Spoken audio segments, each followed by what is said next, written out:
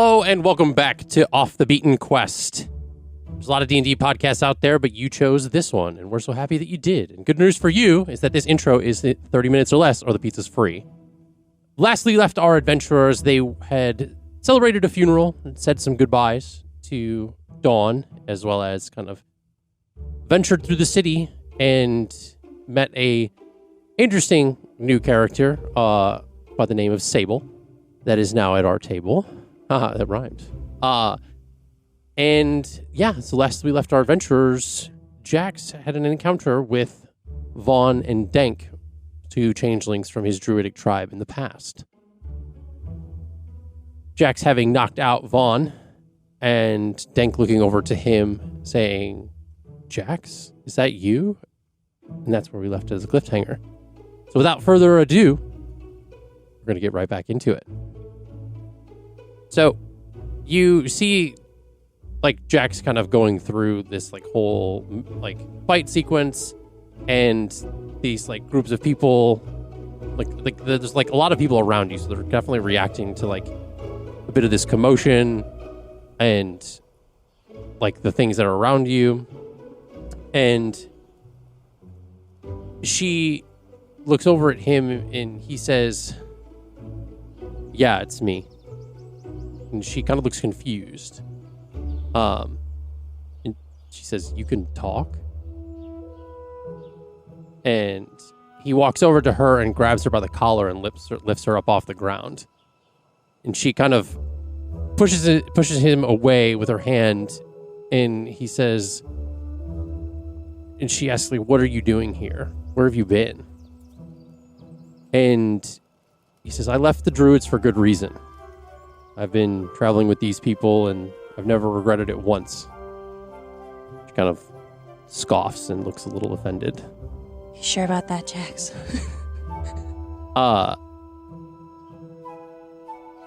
You can see that on her face that it's more than just a slight at the Druids. There's almost something underneath. Well, after you left, everything was weird. We tried to go back and forth to the material plane, but we didn't have much luck. And then after Visk died and her husband was executed for letting Jackson or for letting you and Yoon kind of leave, it hasn't been the same. Jack says, "Well, Yoon's gone now." And she kind of looks very shocked at this response. And he kind of puts his hand on her shoulder and says, "She made the choices that she did, and we can't hold them against her. There was something more going on under the surface, and before we could help, something took hold and forced fate's hand." And Sable kind of, I would like to think, reacts at the talking of fate. And Denk reacts kind of, feels remorseful, the face, and pulls him in for a hug and says, "I know how much she meant to you, to all of us." And he returns the hug before Vaughn begins to get up from the ground. And he kind of breaks away from the hug and turns to Vaughn, who's kind of getting into Jax's face, and says, "Listen here, worm." And he says, "Do you want to try that again?" And Vaughn says, "I'll strike you down just like I used to." And he says, "You can certainly try." Ira, should we be doing something? We're all just Ira's got her bow. She's got an arrow knocked. She hasn't raised it. Yeah. But and people are kind of scattering away from this commotion now that's taking place in this area. I don't know if Vaughn sees that. And he says, has an additional threat to worry about. He says, "We're taking you back to the Fae. You give us a bonus to the things that we score here in the Ware. Verity draws her daggers. You think it's that easy to get back to the Feywild? And Jax kind of like puts his hand out to the four of you. And he says, I'm not going back. And I don't think that'll happen anyway. And then he kind of gestures to the four of you. He says, what you're going to do is you're going to go back to the Fae and stop coming back here. Vaughn looks down at Jax and says, now why would we do that? Well, it's a promise that I made for a friend without actually saying it out loud. That you guys are doing more harm than good. I'm not going to let this continue. He scoffs and essentially he kind of makes another attempt to kind of like grab Jax. And Jax like misty steps like to behind him.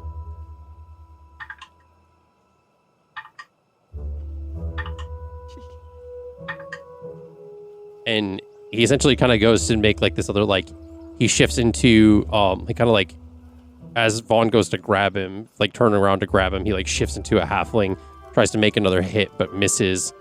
Vaughn like kind of elbows Jax, and then Jax like switches to like a Yuanti and kind of like slithers around behind him and like kind of like hits him in his spine, and then switches back to a tabaxi kind of like person with like a quarterstaff and kind of like hits him across the face, and then Vaughn goes to push him down, but Jax kind of uses his uncanny dodge to kind of move around and like hits him with another hit. Essentially, like at this time he like hits him hard enough in the bottom of the chin and it knocks him out cold.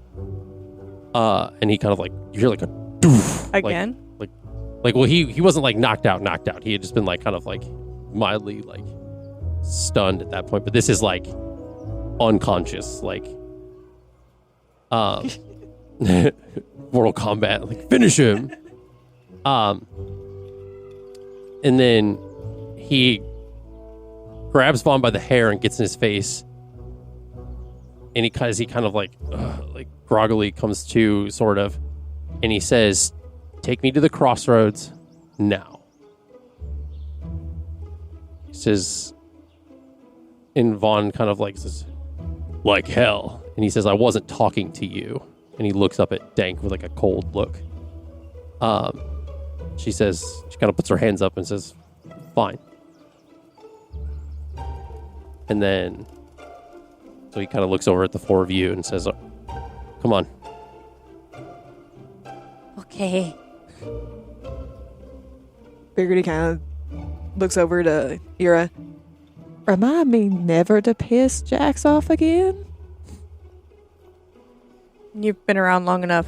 You should already know that. You're right, I'm still going to piss him off sometime. So you guys are walking through, like, essentially, like, kind of, like, different parts of the city now. She's kind of, like, leading you guys through these, like, back alleys in different parts of the city. And she kind of says, Dank turns to Jax and says, you know, I'm not going to try and argue with you, not given the emotional state that you're in. And you know I could handle you under normal circumstances. But I've seen you like this before, so I know not to mess with you. He kind of is like not necessarily like responding. He's kind of just like staying kind of stoic. What is each of your guys' passive insight? 14. 15. 15. 16. 18. 16, 18. Sable gets the vibe that Dank is kind of like being flirtatious with Jax in a way.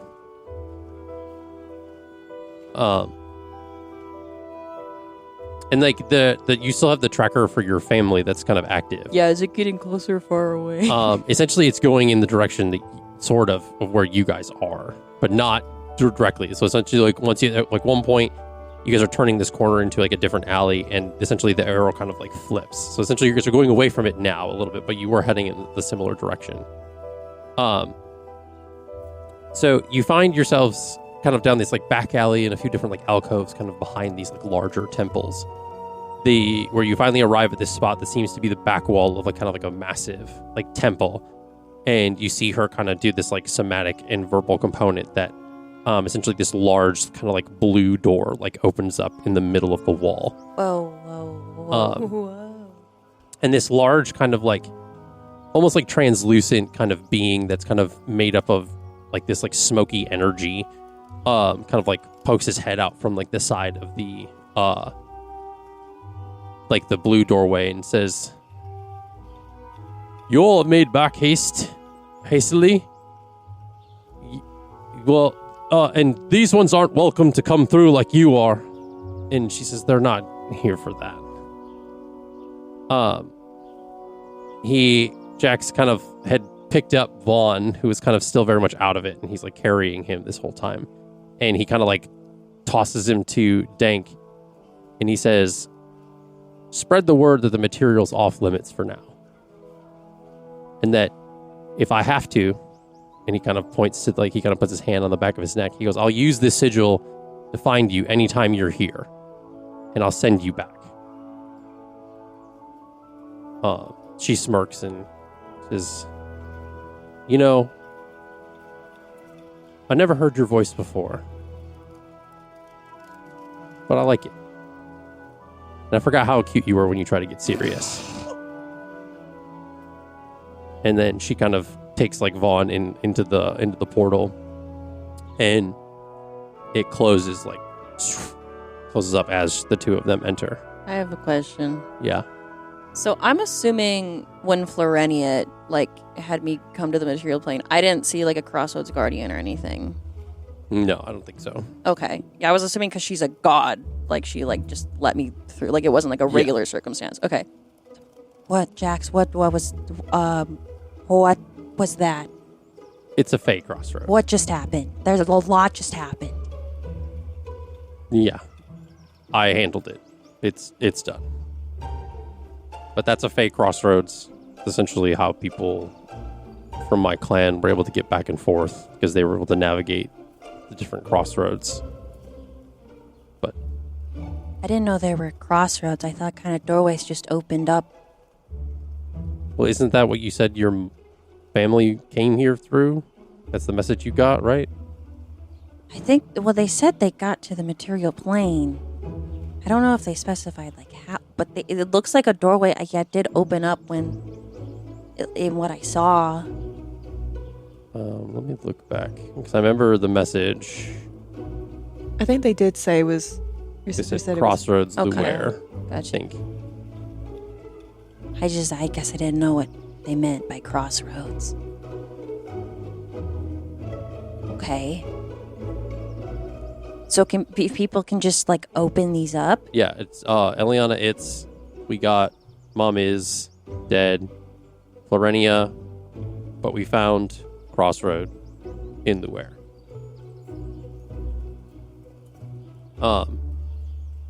Yeah, they're kind of all over the place. We had found one in her college, and he kind of gestures to Ira. So it's not as hard to get to the Feywild as I thought. Oh, it's hard. I mean, the Guardian can move the Crossroads whenever they want.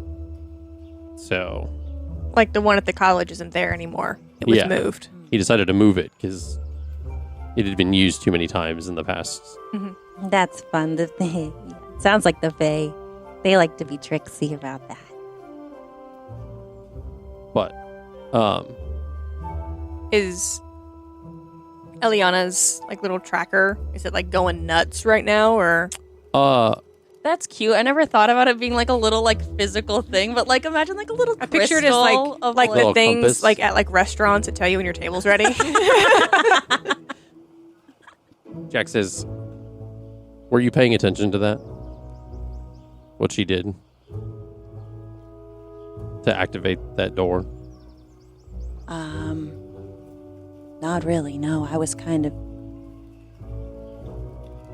Because, I mean, if we find your family, they're going to probably want to know how to get back. Oh no. Yeah. I have a question. When they exited,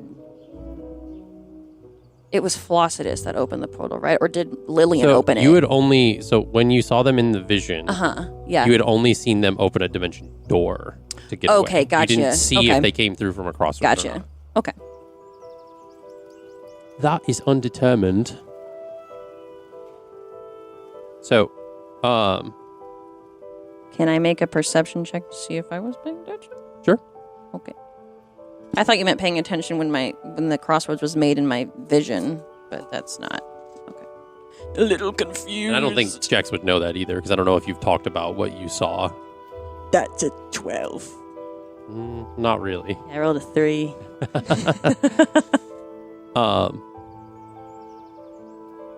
So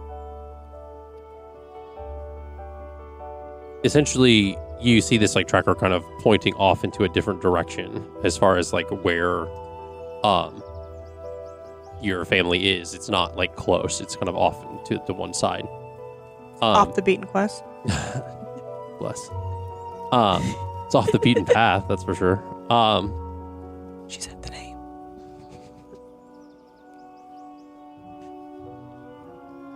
So you essentially it's like pointing off, kind of almost in the way you came, but it's definitely like kind of, it's almost like if you were to look back at the pathway that took you guys here, it kind of almost like points in the direction of like the buildings that are next to you and stuff. So you kind of have to do some like maneuvering through the city. Okay, gotcha. I'm going to say for flavor-wise, I can't find anything about like crystals for like locating and tracking, but quartz crystals apparently help keep track of time. So I'm going to say she's holding a little quartz crystal and it's like lighting up with like little stardust like on either side on which direction it's going. I like that. I'm going to start wandering in that direction. Okay. Okay, it's pointing this way, guys. We're following.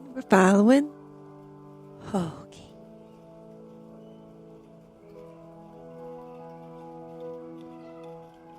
Elliana's like getting like nervous almost. Like you can see like her demeanor is like a little like. Is the thing that's pointing, is it like getting brighter? It's like we get closer to them? Yeah. Yeah, I would think it kind of, it makes like, essentially it's getting brighter the more you get, like the closer you get to something. It's taking you to the, kind of like in one of the, it's taking you to like one of the districts, kind of like the quieter parts of the town. It's very kind of farther away from a lot of the grand temples and the bustling markets and stuff. You guys are kind of maneuvering kind of back through Luare and then kind of off to one district that kind of seems a bit more quieter. There's not like a lot of foot traffic, but there's still like enough.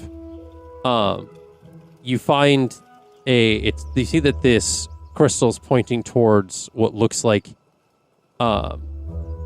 it appears to be nothing more than like an aging kind of 2-story like hall. Like it's like pale elder and cedar wood, tiled roof, darkened by time. It's kind of ornate wooden carvings worn by the elements, and there's an engraving above the door that depicts an ancient alder tree with twisting roots and the name, the Elderwood Athenium. Elderwood Athenium. Alderwood, sorry, I'm pronouncing that wrong. Alderwood Okay. Athenium. Pause, I'll take notes. As you guys approach, you can see that like the sign and stuff is like softened with age, that it's definitely been there for quite some time. Doesn't look to be very busy. Doesn't seem to be there's a lot of people in there. So yeah, you approach. Is there any like indicators onto what this place might be before we go in? Not necessarily, not from the outside. I mean, if you're like potentially, like, you can make a perception check to peer through like the windows, to see if you see anything like more detailed on the inside. Why not? The windows are a little foggy, just because like old windows, you know. What does a 18 passive perception get? You can get the sense that like this is like in like a quieter place. There's not much people that go in and out of this place. Like a safe house? It's like weathered over time. No, I mean there's still people like in this district, but not a lot. Like this is very much a quieter part of this place. What did you say you rolled? I rolled a 17. 17. Did anybody else roll? You can see on the inside that there's a lot of like kind of like towering shelves. It's like filled with some books, some scrolls, just kind of different kind of bits and bobs of different like herbs and things like that. It looks like essentially it almost looks like an old study. Okay. Okay. And she's gonna like reach for like the door handle, but like she like hesitates. Okay. And then she opens it and walks in. Inside, the air carries the scent of like aged parchment, emberwood smoke, and dried herbs. Again, like I said, the main hall is lined with like towering shelves, not just filled with books, but with scrolls, fragmented tablets, loose leaf manuscripts, many of which kind of bear there's not really like a clear origin from them. They just look very old. There's some ornate wooden desks and worn leather chairs arranged kind of beneath the low burning lanterns. It doesn't look necessarily abandoned, but it looks like as if people don't frequent this place a lot. You get the vibe that it's not necessarily a library or a school or anything. It's just, it could have been one of those at another time, but it's very much, this place is showing its age. That it could have very well have been, here as long as the wearer's been here. You see a man approach. He's an elven man of kind of an indeterminate age. He has ashen blonde hair. It's kind of kept long, kind of tied loosely at the nape of his neck, with strands kind of falling around his like shoulders. High cheekbone face. Eyes are a pale silver blue, look kind of like frost-covered glass. His attire is he's very pristine, flowing robes, kind of muted greens and blues, embroidered with intricate patterns resembling like what would be Elven script. You would probably pick that up. You're and you speak Elvish too, right? Yeah. Yeah, so I would think Elliana would see that too. Does it say anything? What's up, guys? It's all like... Essentially, it's more of like, essentially the equivalency of like Elven like words of like affirmation, or just some like different like mantras and things that would be of like a scholarly nature, but nothing. Want to make sure he wasn't a bad guy. I mean, essentially, it's not necessarily like they make form like sentences or words. They're just kind of old symbols and different things that are Elvish.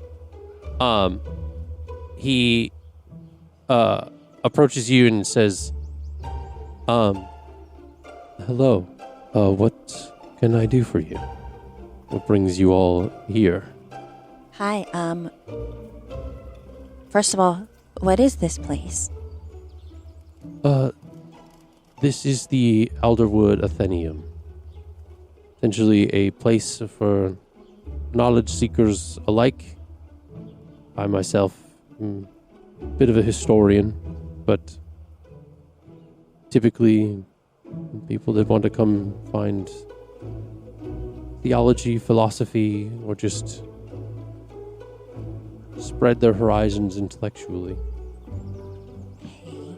And second of all, have you seen an Eladrin elf? She kind of looks like she's kind of like decaying a little bit. And he pauses for a moment. And says, I'm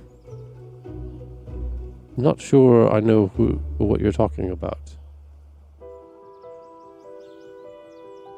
No elf with like blonde hair, like stringy straw hair. I mean, we've had elven people come and go before, but... Does she change like you? Does she have other forms she could be in? I mean, I've only ever seen her in her spring form besides her autumn form. She hasn't been in that in a long time, though. What about an Eladrin with, like, pink teams? I'm afraid I don't. Okay. Have you heard of someone named Lily? And at this moment, his like a younger kind of elven boy comes in, kind of the equivalency of like human years, like 13 or 14. He kind of has the same kind of like silvery blue eyes. They're a little bit more like youthful. His hair is like a shade darker than his father's, kind of a near white platinum, kind of falling straight past his shoulders. He comes in and says, "Father, is everything all right?" And he says, "Yes. These folks were looking for a group of individuals, but we haven't." And he's still looking at his son. He says, "We haven't seen anybody like that, have we?" And the son, kind of looks at you five, and then back up at his dad and says, "No, I don't think so." Is there anything behind that look? Yeah, Inside check. it's like he's telling the Can truth. you make an insight check? Yeah. All of us are like, this Tell us your fucking secret. boy is lying to us. An 11. It's not good. 11, 22. 22, I'm gonna add 21. 21. I'm gonna add my wheel to this because I really want to know about my sister. I'm gonna add my wheel. Baby D-Dick. That is gonna be 15. 15.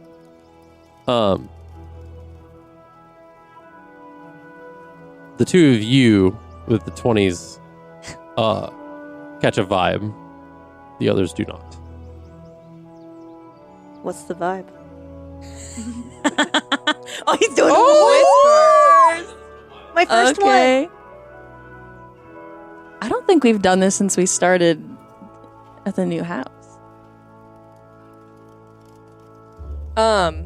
This was the case before that, but Ira still has her bow out.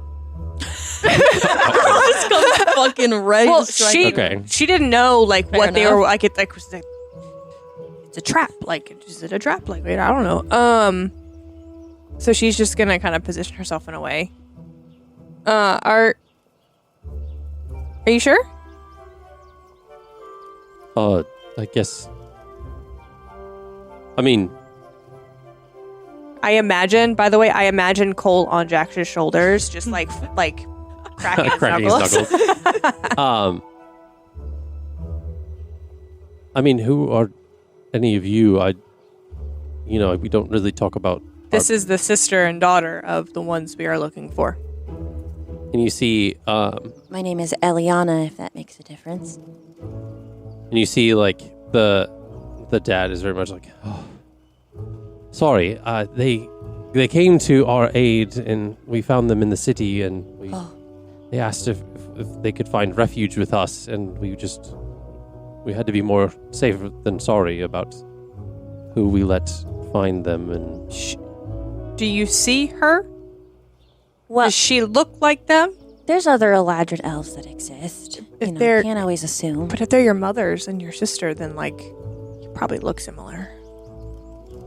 Where are they? Facially structure-wise, a they're little, yeah. right this way, and he gestures you kind of like more inward, and you see like this set of staircase that kind of goes up what it looks like to like probably like the living quarters.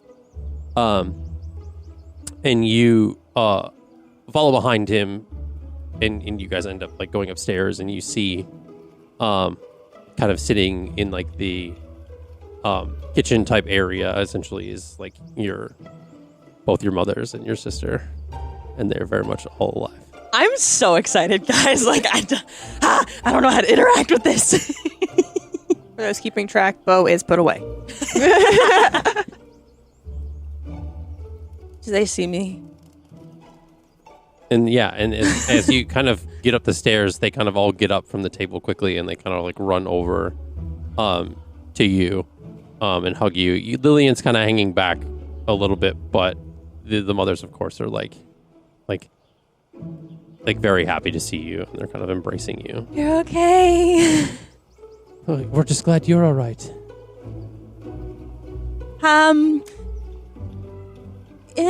And Kinda. your Freona is kind of, she looks at you and kind of like puts her hand on the side of your face and says, "My, you've changed." Yeah, there was this whole autumn, the harvest festival in a place called Corson, right? Yeah. And I kind of was just inspired by the themes going on, so I changed. And there's a lot that's happened since I've been gone. But you guys are okay.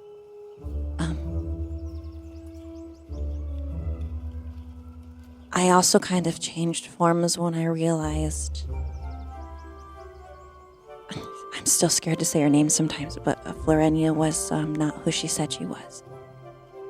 And for all the rest of you that are kind of just now getting into this like space, you see one of the women that is like was hugging Elliana and kind of embraces in a like summer Eladrin form, like lemon yellow skin, kind of frizzy short orange hair, golden brown eyes, kind of stands about 5'11", kind of imprints of like blooming sunflowers, kind of like patterned on her body. And then the other one is a wood elf. Oh, you didn't write her appearance. Did you write her appearance in your backstory? She's basically has like brown hair. She looks like kind of like a normal-ish like wood elf. Nothing fancy. Yeah. And then there's the sister that is essentially in autumn form as well. It's more patchy with like splotches of colors of like dying leaves kind of covering her body. She's auburn hair. Just like some brown decay, often kind of rotting off of like the split ends, kind of. It's not exactly the same as Elliana's autumn form.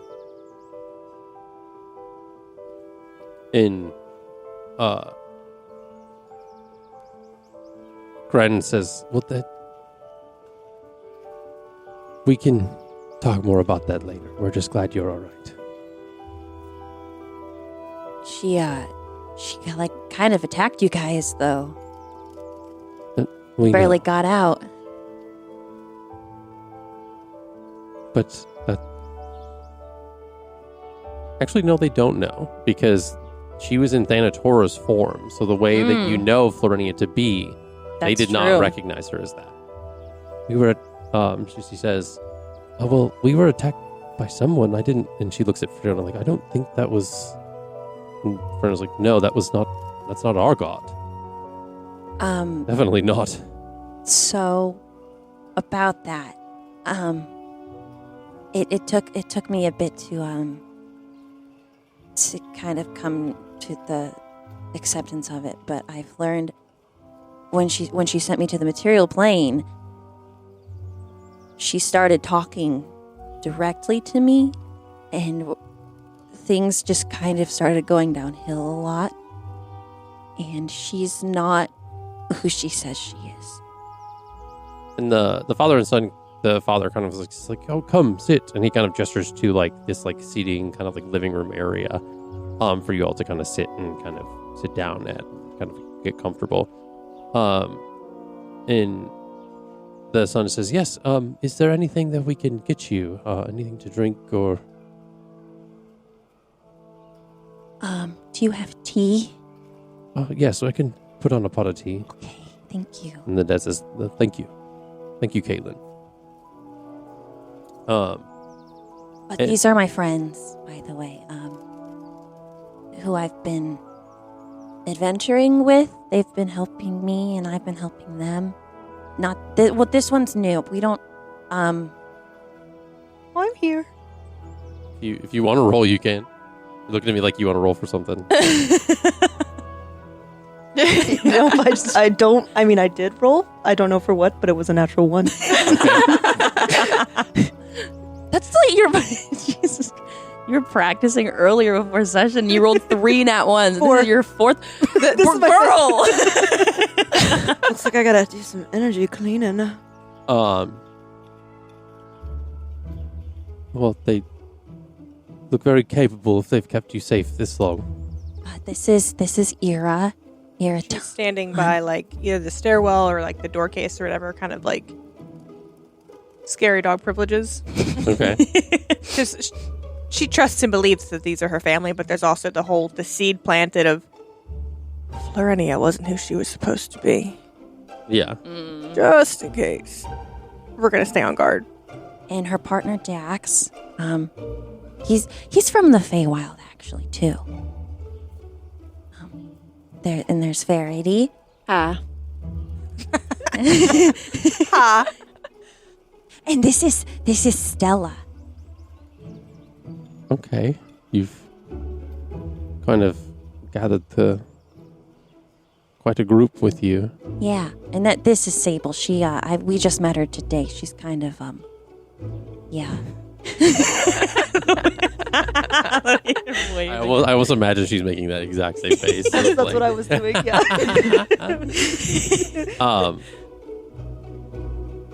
Anyway. Nice to meet you all. Yeah, I really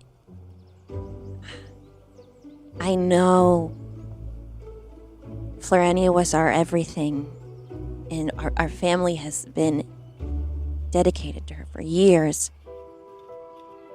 But she started hurting me, Mom. Hurting you how? In my dreams, I'd wake up with scars. That doesn't seem... And Freona and Gren kind of look at each other. It doesn't sound right at all. I know. It was hard for me to realize what was happening. I didn't want to believe it at first.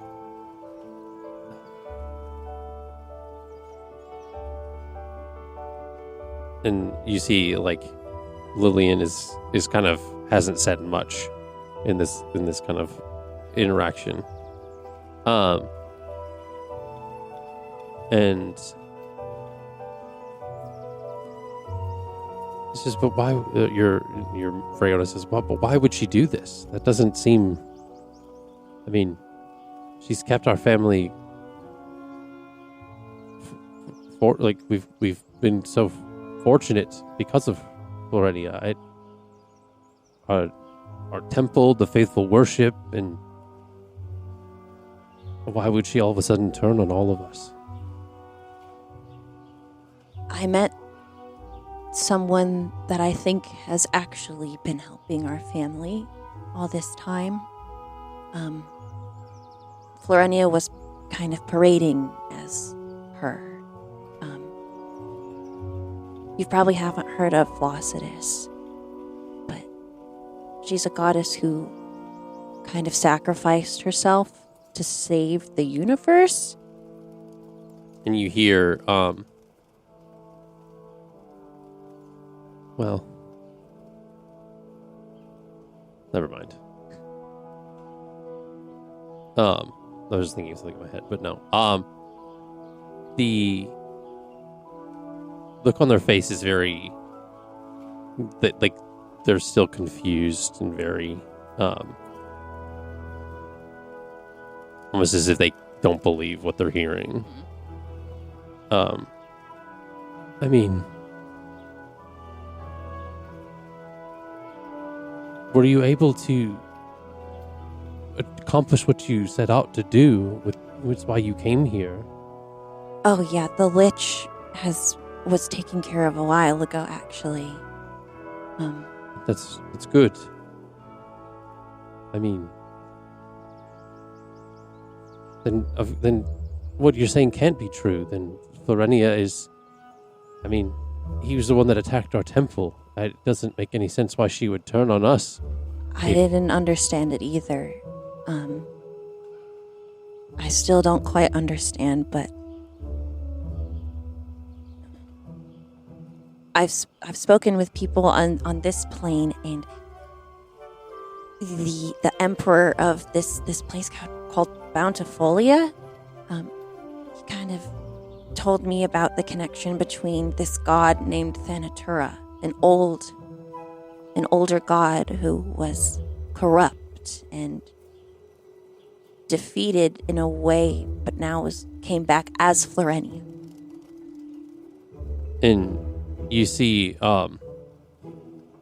the father, whose name's Elendor, by the way. He says, "Oh, the god of natural death. I've heard of her before." hasn't been spoken about in some time, but it's interesting that you have had an interaction with this god. I've had more than an interaction. I actually killed her. This probably sounds fucking insane to these He's like, people. I know that's very hard to believe. It is. That's quite alarming. I died to her. And we just cremated one of our friends. Thanks to her. Yeah. Interesting. When I said I was all right, Mom, yeah. He says, "Do you mind if I make note of this?" And he kind of grabs like a parchment and like kind of writes, like he's trying to take take notes amidst this like kind of this level of just like, and you get the sense that this place, right, with all like the things you saw when you walked in, that this is very much a like, what's the word for it? Like collective of knowledge, where like people who have knowledge and different things about philosophy and different like forms of study like come to share their knowledge and kind of like archive it here in a sense too. And that's kind of what he's like kind of like scribbling things down. And your mother's looking at you, and it just doesn't make any sense. And it's almost as if like Fiona is being very kind of almost like in like almost like denial, like dismissive, kind of like, no, like that can't be the case. Like that, I mean, you may have fought a god, but that doesn't mean that it was our god.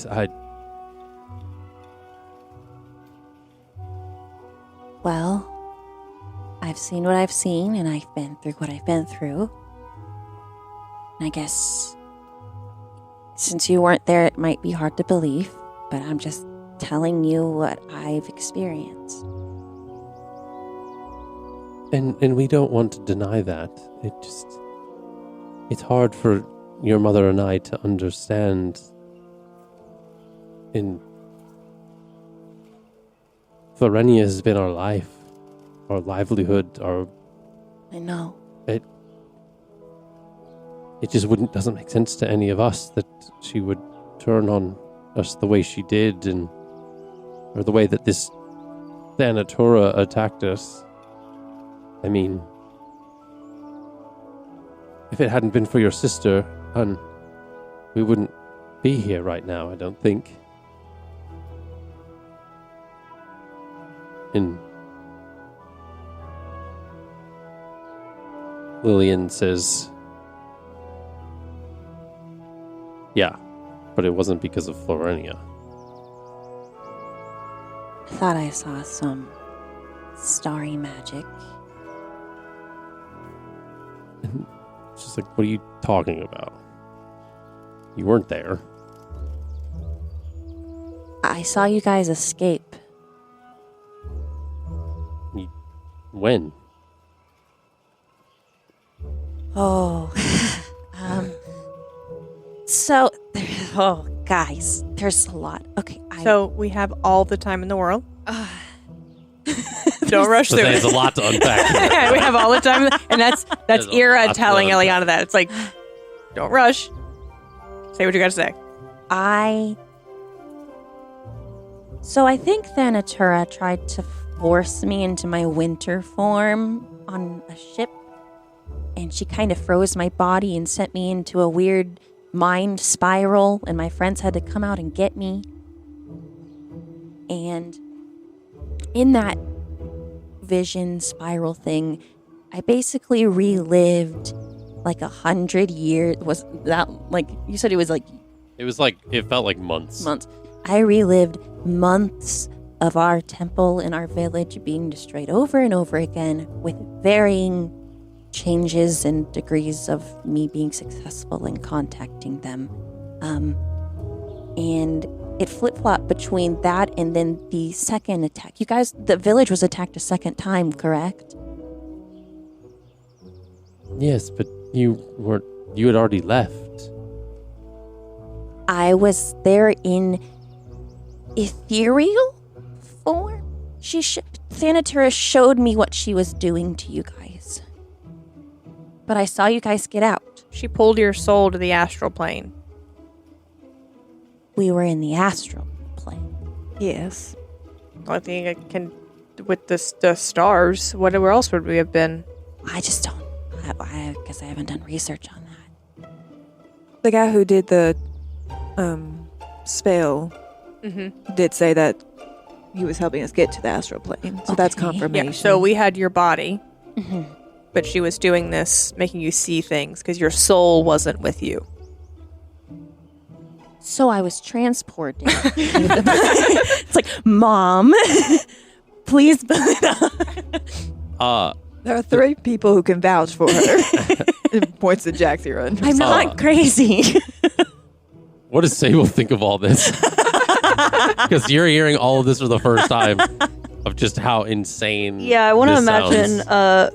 First of all, Sable wasn't paying attention. She was waiting for the tea, and then she started paying attention after Elliana was starting to talk about killing someone, a god, and Sable's just a girl.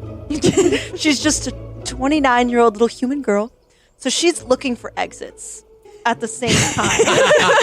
So if there are any windows, and then at the same time she's doing that, she's also looking at the moms. Is it 2 moms? Mhm. Oh, and the moms and the sister, and like with the whole, everyone that's there, and just kind of figuring out if there are people that are going to be kind to her because she's been kind to Sable. Yeah. Because she doesn't know who they are. She calls them mom, but like, Yeah. yeah. Okay. But that's all she's doing. Waiting for Having tea. doubts about joining the party.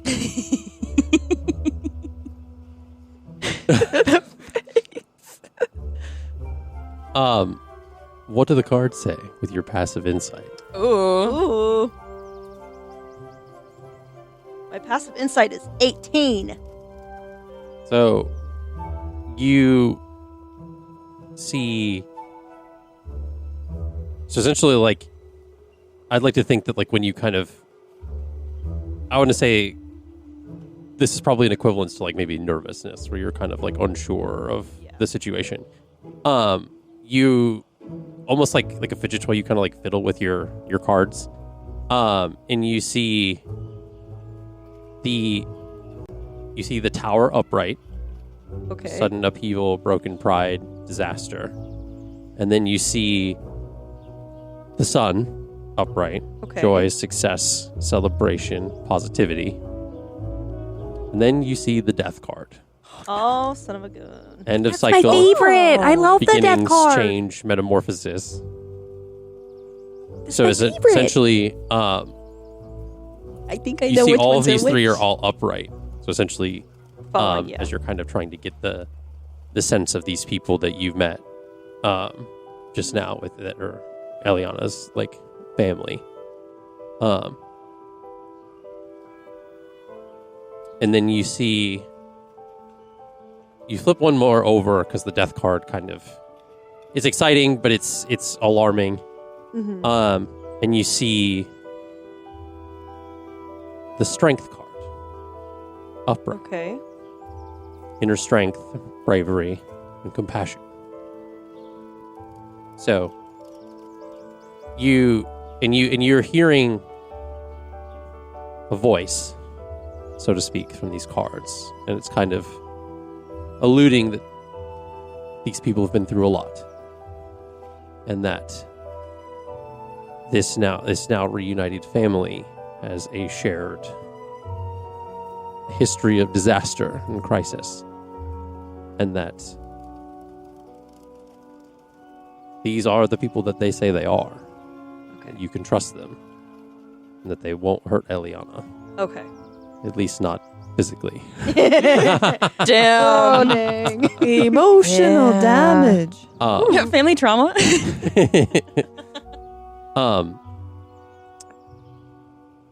But as the conversation with your mothers kind of continues, they are very kind of bewildered by all the things that you're saying, as far as like what you've been through, the fight, the astral plane, all of those things. Lillian's interest is a little piqued, all things considered. But nonetheless, like, you get the sense that Freona, who, given the, like, who you know her to be, isn't taking you seriously in a sense. It's almost like a child telling like tall tales. Yeah. Like kind of almost like, how am I supposed to believe this kind of thing? Whereas like Gren is much more trying to empathize and understand, but is still very much doesn't know, like couldn't even possibly like fathom like the things that you're speaking of. And so Freona finally says, and then like the sun brings over the tea kind of amidst all of this kind of like almost like awkward silence. Like there's like this level of kind of like awkwardness between what you're telling your mothers and what they are trying to wrap their head around. And he kind of like sets the tea down and kind of breaks this like weird silence. You. I forgot about Thank your you so fucking much. accent. You're welcome. So what kind of tea is this? It's lavender eucalyptus. Oof. So it's gonna have a bit of a punch, Expensive. but it should pretty much calm the tension around here. And I felt that. yeah, and he kind of like sets the tray down and like hands glass like teacups to people and stuff, and kind of like goes back over to where his dad is and is kind of like looking at his dad's notes and kind of like interested in what he's writing down and stuff. Lillian, how did you learn how to do what you did? Do what? She made like the dimension door, right? Mhm. Like that's not magic that I'm used to you casting. The dimension door when you helped And them escape. both the mothers are looking at Lillian kind of like confused. And she's like, looks at you and like, I don't know what you're talking about. Almost as if you get the vibe that like she hasn't potentially told them about this or where it came from.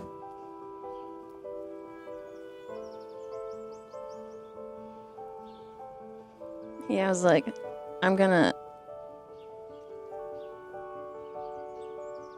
she's going to swirl her hands just like in the air, and little starry particles are going to float around, and she's going to take on her starry form using a wild shape, and she's going to take on the chalice is going to form behind her, the constellation of the chalice.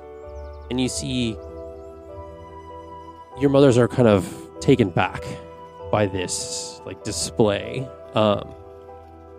Lillian doesn't seem to be fazed. She almost isn't surprised at all. Or at least surprised by the magic that you're doing. She's probably surprised that you're doing this magic, but she's seen it before. Or understands some moniker of it. This is not Florenia's magic, Mom. Gran, do you have your crystals with you? Yes, and she kind of like pulls out like a small pouch and hands them to you. Weigh the energies of these, and she places one in each of her hands. Mm-hmm. So this hand's gonna represent Florenia, and this one's gonna represent my goddess Flossidus. Mm-hmm. You're like, Mom, my goddess is Flossidus now. I know you might be freaking out about that. And you see this like, very much like face on Freona. But you can tell the energies of them are very different. One is very positive, one's very negative. You can weigh them yourself to see. She's not wrong, dear. It still doesn't.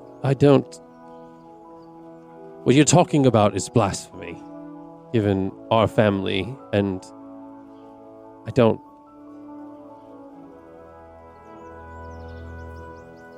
And she's like almost like speechless, like. To dismiss your daughter's experience is to devalue the loss of our friend.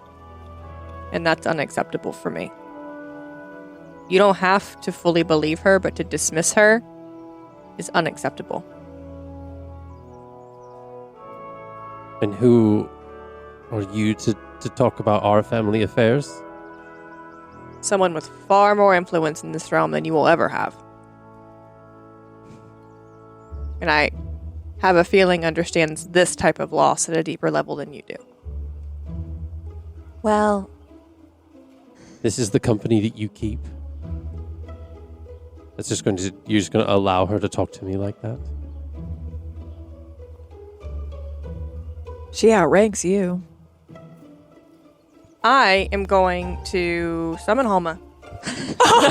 And so Yes. you shoot the arrow. Fucking power play. I'm going to be right back. Okay. I mean, I need to know how the mothers are going to respond to that. Ooh. oh my gosh. Elliana is just like speechless. She's like, I'm caught between a rock and a hard place. It's like, my mom and my friend are fighting. Her family and her found family. But this absolutely tracks with Ira, though. She's done this in every other scenario. Verity in like her head is just like snapping fingers like, yes. Yes. Eliana's like, well, Ira doesn't know what they've actually been through, but also she's kind of right, but also not. But like, she's like, ah. I feel like every other like minute Verity's just kind of looking over at Sable as like I was saying like How does Sable react to that whole exchange? I mean, did you see my mouth drop open when she turned into a freaking star? Like, And then like this like version of a like lynx just a lynx? Mhm. Halma is a described to lynx. me yet. I Yeah. have no idea what it is. Halma is I'll describe her relevance when DM is back. She is a blue large lynx that is relevant to the goddess that Ira finds herself aligned with. Nylia? Well, I was gonna wait until DM was back, but yeah. Whoops, there it is. Mom's not happy. That's fine. I know. Ira didn't really care about feelings of parents. I'm here for the drama. I'm here for the drama too. Ooh. I feel it. Tea party. Hi. So you summon this lynx in this like the center of this room, and given her size, you see that like the sun. There would be a disruption. Kalen's kind of like tries to like kind of like rush in and kind of like save things from breaking and like and she like growls, kind of like make like the I don't know how I can't replicate a lynx sound to be quite honest, but like makes like a like kind of like that growl, and like both the mothers kind of like Ira back walks in the- up in and the like couch. scritches her to kind of indicate that this is more of a power play than I need your services at this moment. Yeah. So And you see like Elendor's like kind of like furiously scribbling like on his notes. Write that down. does the realm know that Nylea's champion has fallen from grace? My family definitely would not know. No, like not, and honestly, like as far as like the information that goes in and out of Bontefolier, it wouldn't necessarily spread. no one knows. widespread. Yeah. Okay, cool. There's not like It's about to. It's not like a broadcast that goes across like the different temples to Nylea that says like there's been a new hand that's touched the beacon. Like Fucking beacon. So again, you don't have to believe your daughter, but to dismiss her experience and those who have walked the path with her is disrespect. We also don't have to threaten my mom. Oh, I'm not threatening. I'm proving a point. it's If not. if I wanted to threaten, Halma would be in her face. It's not dismissal. I don't believe it, and I'm entitled to my own beliefs and emotions. Yeah. Just as much as I can't dismiss hers, you can't dismiss mine either. No, I just watched almost everyone in this room be killed. And that very well may be true, but I've watched everyone in my village almost get killed as well. Yeah. And that wasn't by some god that I have led my whole life. Well, it was.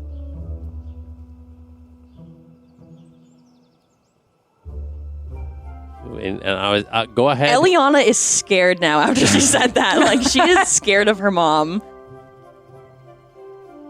Ira is still standing with scary dog privilege, so Elliana is safe as far as she's concerned. Make a concerned. persuasion check. Okay. Can I guide her? It's already been said. Oh.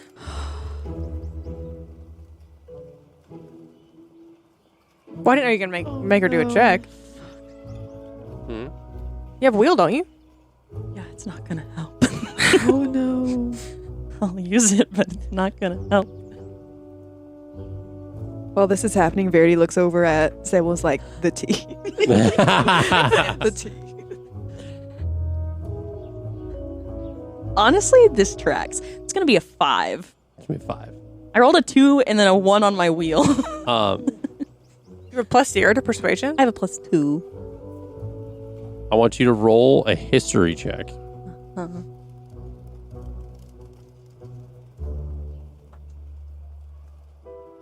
13. Add that to your 5. Okay, 18. 18.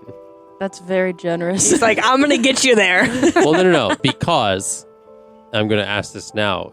What proof do you have to give to your mother? If any. Books, ways to show her a memory, anything like that.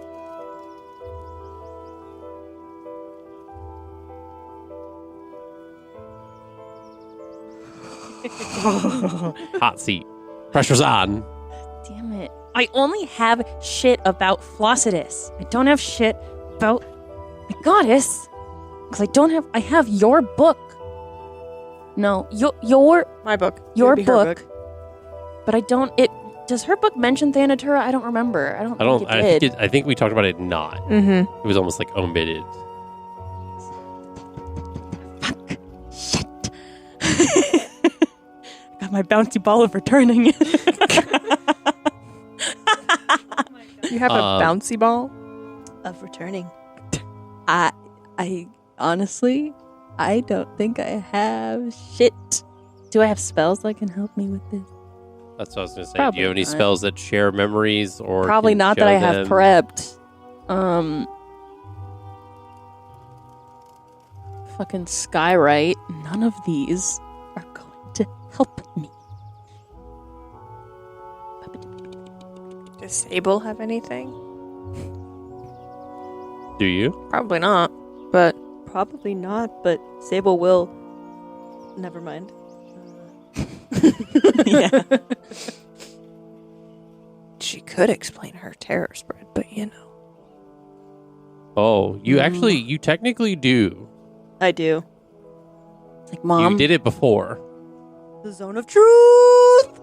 Zone of truth! The zone of truth! Zone of truth!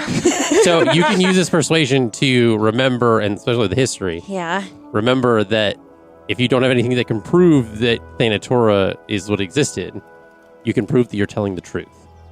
And you First- remember that Sable had cast that before. But you're welcome to try something else if you have something else in mind. I'm gonna what if there was some sort of magic that could help you see that I'm telling you the truth? That this all happened. I mean, I guess. I don't... Hey Sable, you know that really cool spell you did earlier today? Yes. Would we be able to do that again? Oh, Verity. Sure. And she's gonna... What'd you say? Verity. Free tea? Verity, sure. I'll accept a spell for it. So Everyone has it's... to make a charisma check. Everybody has to make a charisma... Is it charisma saving throw or a charisma check? I'm gonna choose Save to fail. of 16. I'm just choosing to fail. Okay, Jack's So I best. have to do What do we have to... 16. Okay. 25. 18 without my additional. Everyone's like, I want to fucking lie. And Eliana's like, I'm failing it on purpose. So my mom believes me. Perfect. The zone is truthed.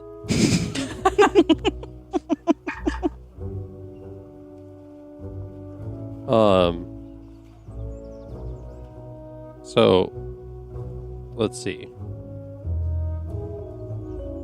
So I've rolled 5 d20s, 3 of which failed, 2 of which succeeded. I'm confused. Why are you rolling that many? Because of the boy and the dad. The boy, the dad, and the 3 family members. They're there too. You're so Now, this is where we're gonna have fun with this. Oh, I need you to give me a number 1 through 5. 3. Okay. Gren failed. Give me a number. Give me a number 1 through 5, and you can't say 3. 5. Okay. Lillian failed. Okay. No, can't say 3 or 5. 1. Let's do all evens. I mean, all odds. Don't look at me. Oh, shame. Freyona passed. It's fine. She doesn't need to tell the truth. I just need to tell the truth. It's not to roll to believe. It's to Yeah. roll to Yeah. lie. Now, hold on. Let me decide something. Between the sun and the... What is that? The coin flip. Okay. I'm not going to tell you the other 2. Okay. Okay. So, Sable kind of like does this thing with the cards, kind of like I for some reason I'm always picturing this like thing with like magicians wish that they could do, where like the cards kind of like levitate in a certain way, and then That's like how I picture it too. spreads this like dusty kind of magic around, and like Does your like spell like visually show who like failed somehow? I don't think it does. Oh, it says you know whether a creature succeeds or fails on a save. Yeah, so I was like, I know. So I was like, flavor wise, is there any like visual indicator or no? so you know, but I nobody know, else. but no one does. else. Okay. It says that yeah. I mean, you can just I mean, you can say. you can say it, or you can keep it to yourself. It's up to you. You're like you, and you. The only thing I'm gonna do. Oh, right, because you know. I know about the other 2.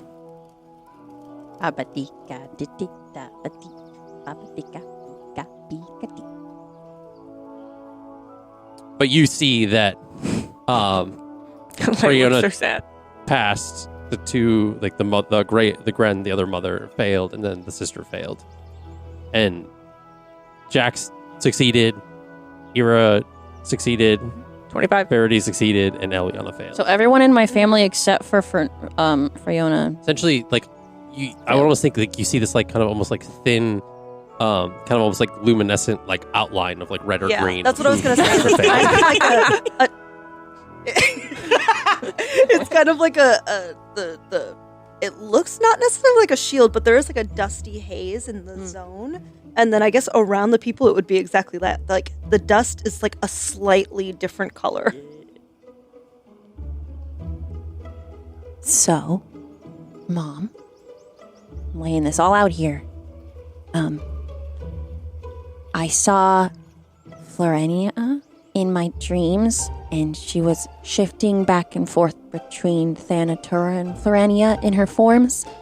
And she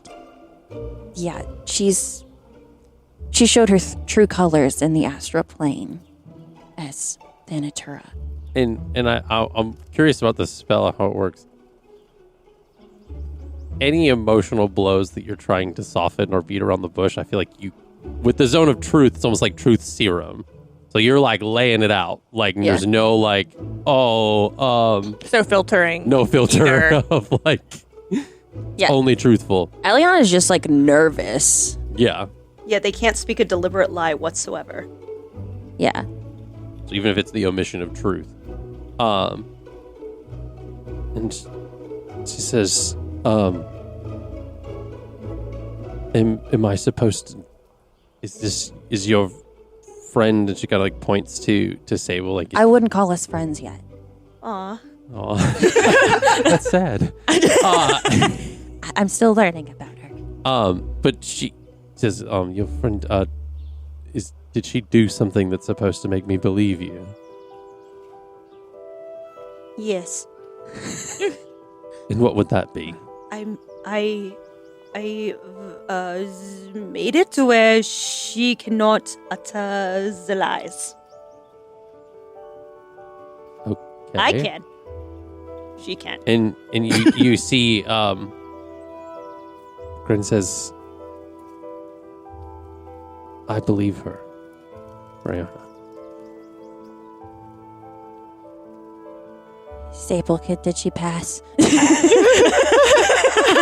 Sable, was she under your spell? What color is she? She's red. So she failed.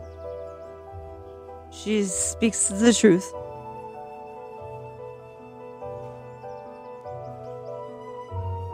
Lillian, did you know about Flossidus?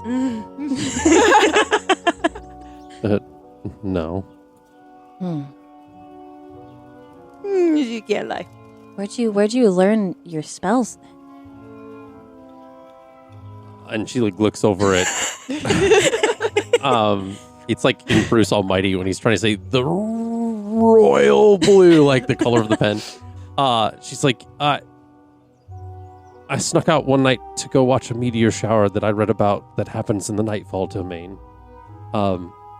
And a traveler in our village had passed by and had mentioned it. She was. Did Verity tell you about it? No, it was this weird, like, blue-skinned woman, kind of fancy dress and weird hair, but she said that I could find it in the Nightfall domain and that it's a sight to behold, and while trying to get back to the village, I got lost. And I ended up following a star in the sky that seemed to be brighter than the others, and before I knew it, I was back to the edge of the Twilight Domain.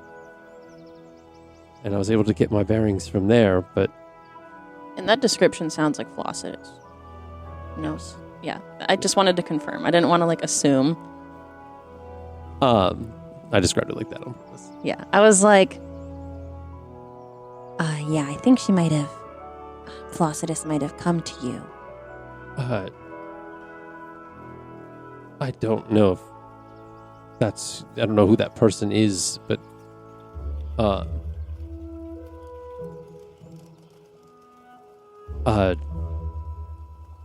She's the goddess of... Well, she split herself into the stars. So if you were following the stars, that would definitely be her helping you. Well, it made me curious about the stars, and so every so often I would... And she again looks at, like, the mothers, and like, I would sneak off to the Nightfall Domain, and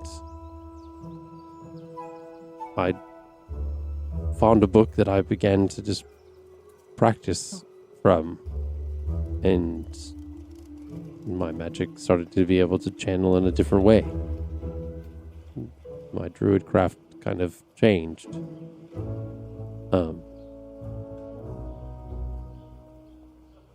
And Greta says, "It's okay, dear. I had the feeling that something was different. And I knew about you sneaking out and didn't tell your mother. And and then she kind of like covers her mouth, and Bran was like, Gren! It's okay, Gren. What other lies have you all been keeping from me? Oh. And I suppose I'm supposed to just change my whole worldview because you're telling me the truth, that you killed a god somehow. Wouldn't that be chaotic for the world? Wouldn't that cause everything to fall into disarray? Don't know. We haven't gotten there yet. It was last night. We've literally slept once. We just woke up from all of that. If you want more information, though, there is a Temple of Flossidus here in Luer. I'm looking to go there very soon. I was going to go there after I found you guys. And if you wished, you could attempt to commune with her. Get answers yourself. She kind of helped me take out Florenia. I don't know if that makes things much better. Well, let's be very clear that Florenia wasn't Florenia. Yeah. She was Thanatora. Uh-huh. She was impersonating Florenia.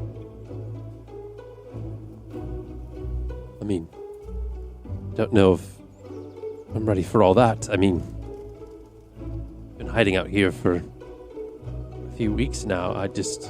Weeks. No one here is going to cause you harm. I mean, you did kind of put a blinks in her face. This table, Halma's like, And Gren looks at Sable and says, and she kind of points to Ira in like the doorway of like the room and says, "Is she telling the truth?" I passed. You could never tell. Thank you. I know it's a lot. Ira can tell you I was kind of in denial about myself for a few weeks.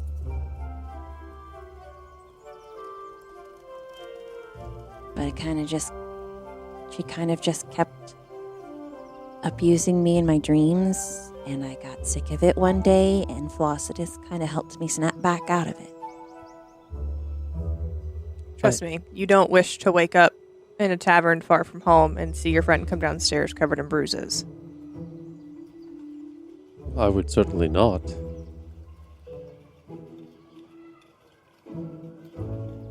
And you see,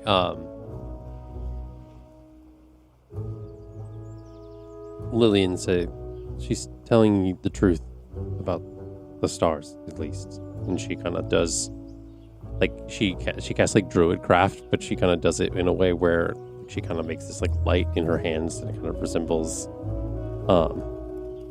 a constellation, like, kind of like it's a combination of, like, different light motes that resemble the constellation of the chalice. I know she doesn't want to, but I'm going to go up and hug my sister. Does she stand there like on Yeah, she's like, what are you doing? You almost died. I missed you. Well, And I if love I wasn't you. there, we wouldn't have died. But if you were supposedly there, why didn't you do anything? It was kind of ethereal. I couldn't really interact that much. Ira's just... They'd already been through it so clearly already. You draw your picture? These are people from a different world. They don't know. Her body over here. Wall. Her soul over here. Is Ira explaining it that way? It's like trying to draw on a chalkboard. But she's just like... And I would think by now she's like summon Halma away. Yeah. Oh, thank goodness.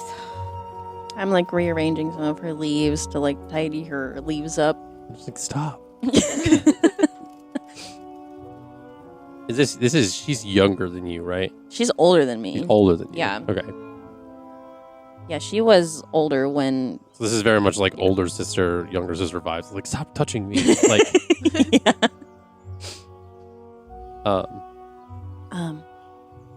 If it's any consolation, Flossidus says that Dad's okay. and you see, Breonna kind of taken back kind of by this is like starting to get a little teary-eyed, and says,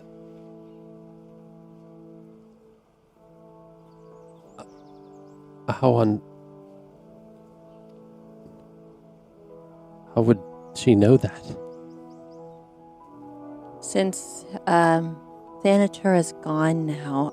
Flossidus kind of also moved into the god tier of taking care of leading people after death. I'm not sure of how, like, what domain she has, but like of a natural death. And you just hear from like kind of farther, like towards back of the doorway, like, she what? Great Scott! It's like taking more. He's like had to get like a separate piece of paper. She kind of filled that occupancy. Oh.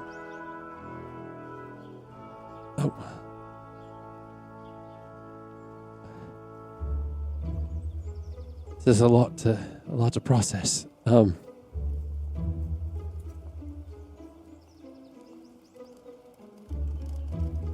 I guess I'm glad he's all right.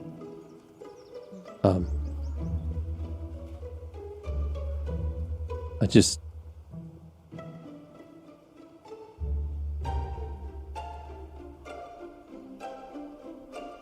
she doesn't know how to what to say. She's kind of very much like it's very much like a shock kind of silence kind of coming over her. Well, we're safe now.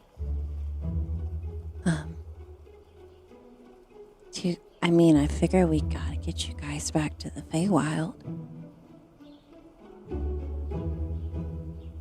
Unless you want to experience the material plane, it's pretty crazy out here. I thought the Feywild was dangerous. But this is its own kind of danger. It hasn't been so bad, all things considered. Yeah, there's no grass here. Well, there's grass here, but it's not like the bad grass. You know about the bad grass? Yeah, you told me about it that one time. Fuck that grass. Yeah. And then Ira looks at Sable, like, so I'm at Jack's. You do smoke the grass?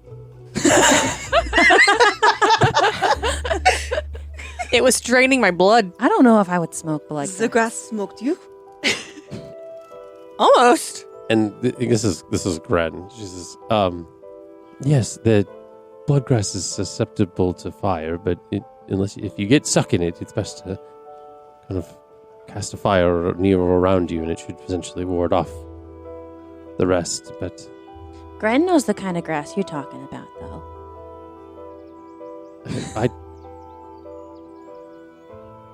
And you see, like, she, like, kind of, like, stopped talking. And she's, like...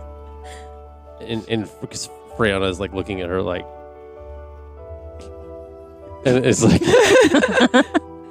She was a traveling herbalist when they met, so Freya was like, I thought you said you quit that. And Bren's like, I only... When I get stressed, I don't...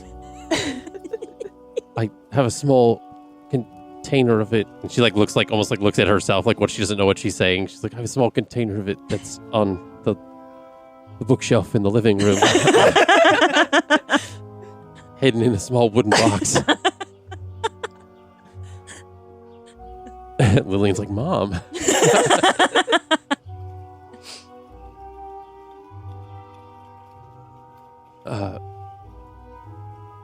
Well, that was a lot. Did you guys want to go get some food or something? Is it safe to go out? Oh, and yeah. walk around? She's I killed her. She's gone. How long does the spell last for? 10 minutes. 10 minutes, okay. It's weird to say that. How long has it been since we killed the Lich? A couple months? Like a month. It's been at least maybe? a month, yeah. If not a little bit more. And they left because of the Lich? No, that was the first attack. Okay, that's left. Okay, got it. Got it. Yeah, the Thanatura attack. Same is what made page. them left. We're there. Yeah. Got it. Thank you. I left my village because of the lich attack. After a bit, Got it. to hunt him down.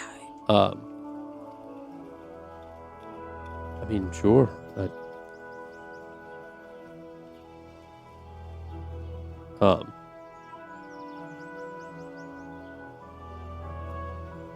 So, are you going to take them to go get food? I guess. Food then temple? That's good.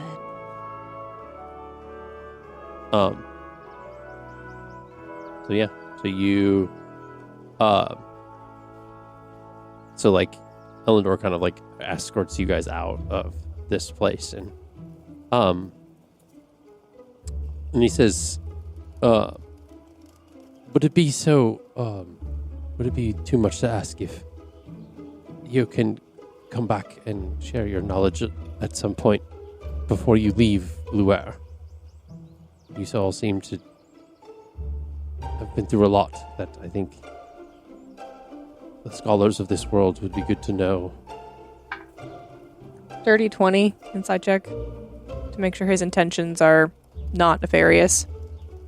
From this what he's talking about now, no. Okay. He just Like, truly wants to learn. He's not. Yeah, there's nothing that he's saying right now that seems to be like.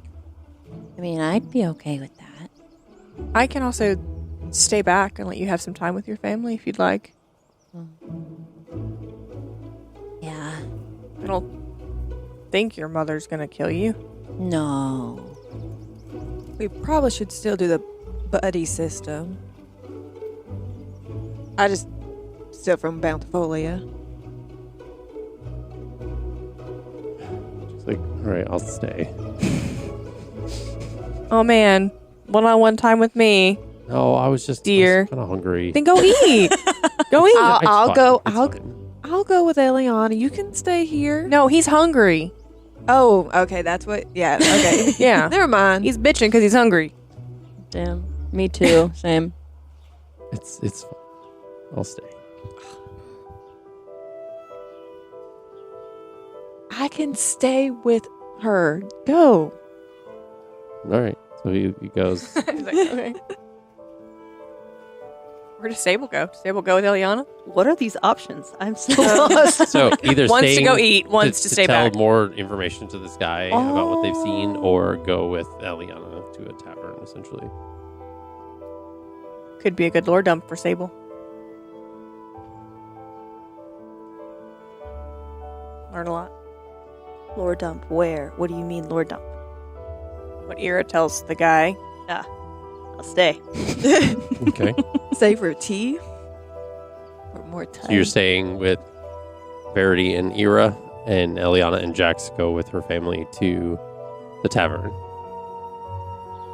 Okay. So they end up leaving. So the three of you that are staying. Oh, I didn't mean to intrude on your... I'm just not sure how long we'll be here, and I tend to forget small errands like this, so it's just easier. Oh, If I just go ahead and give you whatever you would like to. he looks a little know. defeated when you call him a small errand, but that's fine. Damn. Male Poor feelings. Bless.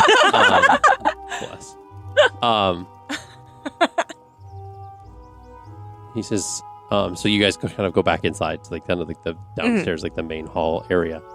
And Allier's out. He's like, Mhm. he's been out the whole time.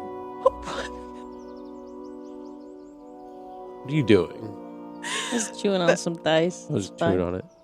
I just look Dice over. are not a food group. I just look over at her and she just slowly takes the dice out of her mouth. Damn. So he says, I'm willing to hear anything that you would like to tell me. I think the biggest thing that could be useful is that there was a... What do you call them? A brigade of poachers. That's how I have this little one. His name's Allier. He'd been stolen from... And she's going to play it close to the chest because she doesn't want to be the source of a leak for Bountifolia. Mm-hmm. He was stolen from his homeland in Bountifolia. I found him at the Dendanes, rescued him. Turns out that the head of the Poachers Brigade, I do not remember the name of what they actually were called. They were kind of shitty. The head was the former champion of Nylea. So I was tasked with taking him down. And then, you saw Halma earlier. Hello. And Yeah, you heard note of the Lich. The Lich was tied to a former party member of mine. He had something called a Marian heart. What's your passive perception? 18. You see his fingers tighten around the quill when you say that. This is a Marian heart. Mm-hmm. My question was literally going to be, does he know what that is? Does he know what that is? Are you asking him that? Do you know what that is? I've heard tell of it. What have you heard? Just anything that many historians would know about the downfall of Mar and the connections they have to it. Like? Your answer depends on what you get next. What do you got dice in your hand? What you going to roll for? Oh, okay. No. It's just a suggestion to myself.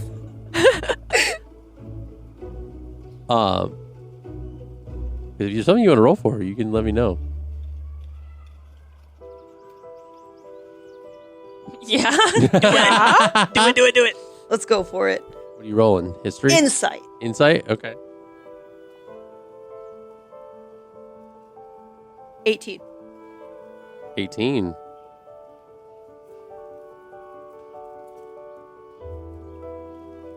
Is he scared of the heart?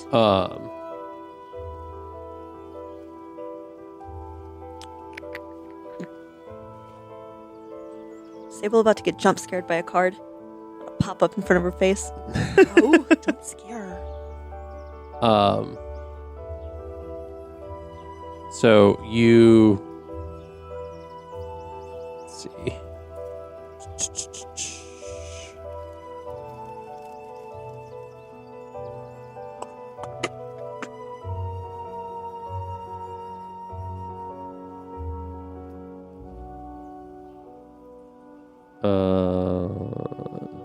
Gotta find the right card. I do.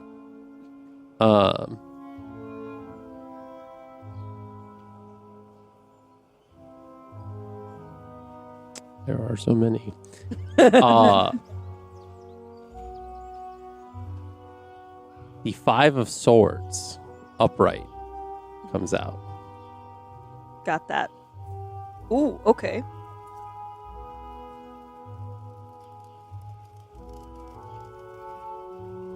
Sable's gonna keep that to herself and just keep looking at Ira.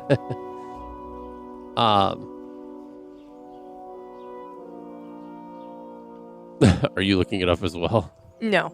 Oh. It's his reaction.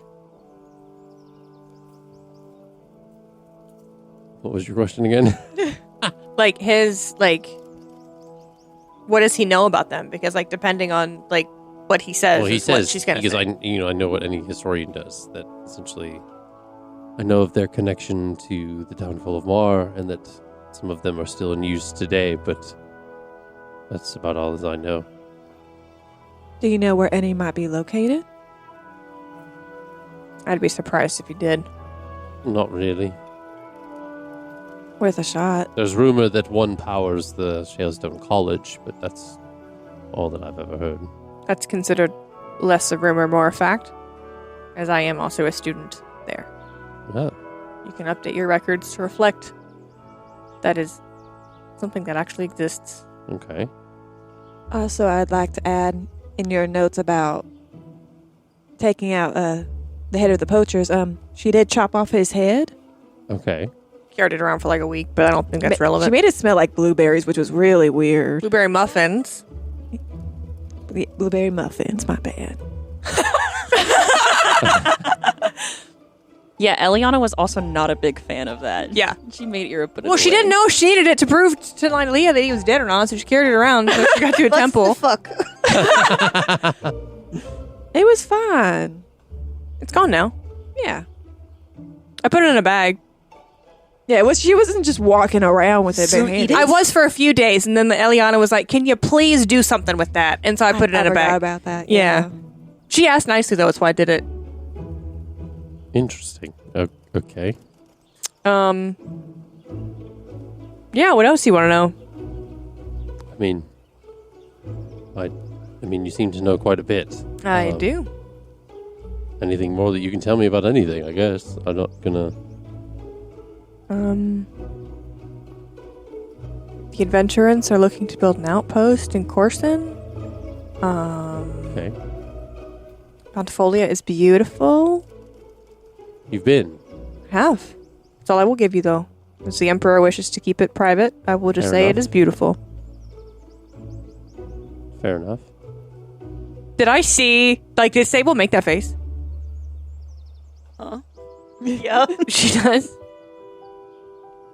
she's just a little lost. She's just a girl. Verity was going to say something, but she's not going to anymore. And then this one. Nah. No. No. If you're going to talk, actually, if you're going to talk about either or, no. Like, Ira's really, like... She doesn't want to be like, oh, this is who I am. But also, like... Doesn't want the story to be lost to history. Okay. Our friend that was lost, Lukiel Oliver, is believed to be a reincarnation of himself. When he was lost in the battle with Anatora, we brought him back here, or did our best to. And before we could even do anything to revive him, his soul had already passed on to the next regeneration Reincarnation, I think is what they said. of himself. So, even if we wanted to bring him back, we couldn't. Lukiel Oliver that led the Aesimo Rebellion. The very same, just a different version. This one, I think, liked food a bit more than the previous versions. Really like Interesting. He loved food. He was also a fantastic lute player. Okay. He was from Cottageport. He's like scribbling all this down. He was pivotal in the fight with Thanatora. Then we had our companion, Dawn Heartsmead, the 8-foot pink furbolg. Loved ale. Loved to murder. Murder. Murder.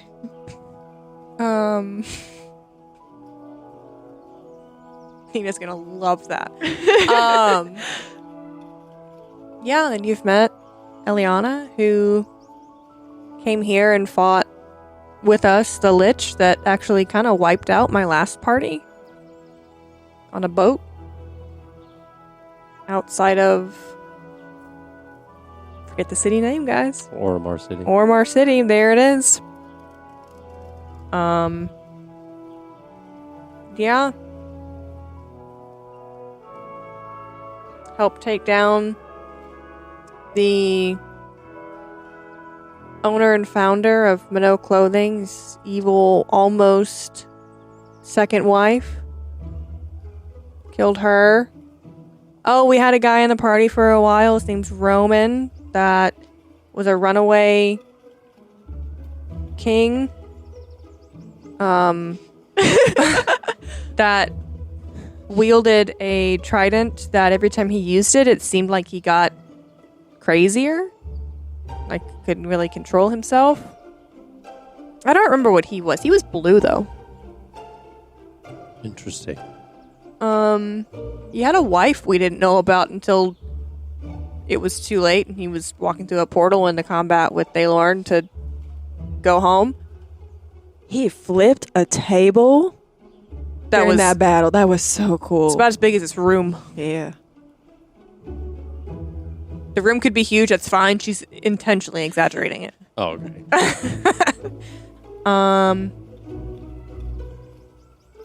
Yeah. Anything else? Sable, do you have any questions? And she still has not told him who she is. I know. Okay. So many. It's okay. He's okay. It's okay. Too many.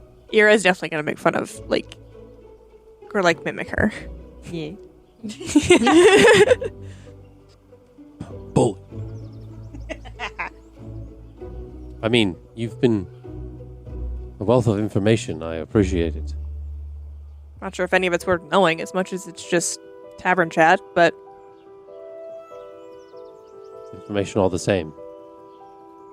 Some scholar somewhere will benefit from this knowledge. what do you know about the gods failing, or, that's the wrong word, refusing to interfere in matters with other gods that involve not humans, that's the wrong word. People. Us little folk.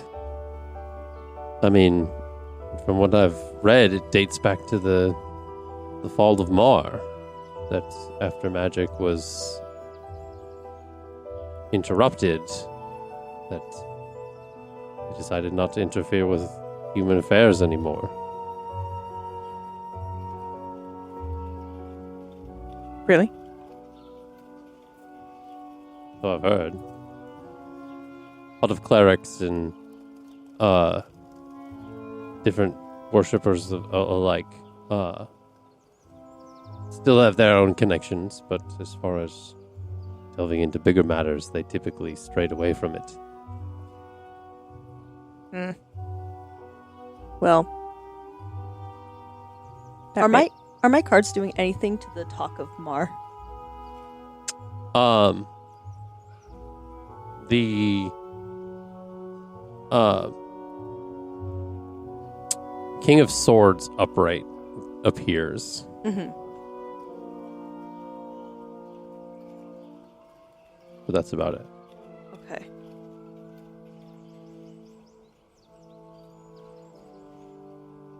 And then Ear's gonna look at Verity. So, I'm the champion of Nylea, Yes. and my goddess won't interfere in my affairs because of something my lineage did? You're a Marian. Why? She's so mad. I was like, fuck, I didn't mean to say that. No, that's not it. She didn't give shit that shit out loud. She's mad that Nylea didn't tell her it was her own people's fault. She can't get help. Are you going to talk to her about it? Probably. Nicely, kindly, respectfully. Please do it respectfully. Well, what's the worst thing that can happen? She's not a Thanatora. What's she gonna do? Stop protecting the cute little animals? I doubt that. I mean, She'll just have me beheaded. I didn't know there were many Marians left. Have you ever heard of Port of Mar? Yes, Iraton. Nice to meet you. I see. Not a princess. Well, if that's all the information you can share with me, I must be going. It is getting to that time, and I need to prepare supper for Caitlin. I appreciate your help. And he kind of like rolls the papers up and kind of like files them into like the cupboards and the things, and he kind of he very kind of like hastily kind of like goes off to kind of like head upstairs. Goes. I rolled a 19 insight. He just seems in a hurry for whatever reason or another. It is abrupt, like his just disconnection. Kaylin's been downstairs, by the way, the whole time. Like he's been kind of like off to the back. Oh, when you leave a kid alone in a room for too long, and the parents like, "Fuck." But he's been downstairs with you all, kind of like as you were talking about this and stuff, and as he Elendor kind of goes upstairs, he kind of approaches the three of you and says, "If you truly are a Marian, leave and do not come back." And he very much like almost like pushes you guys out the door. Whoa, why? And it's for your own good. And he shoves you so much that you go out the front door and he locks the door behind you. And that's where we're going to take our break. Whoa. So stay tuned. We will be right back after this.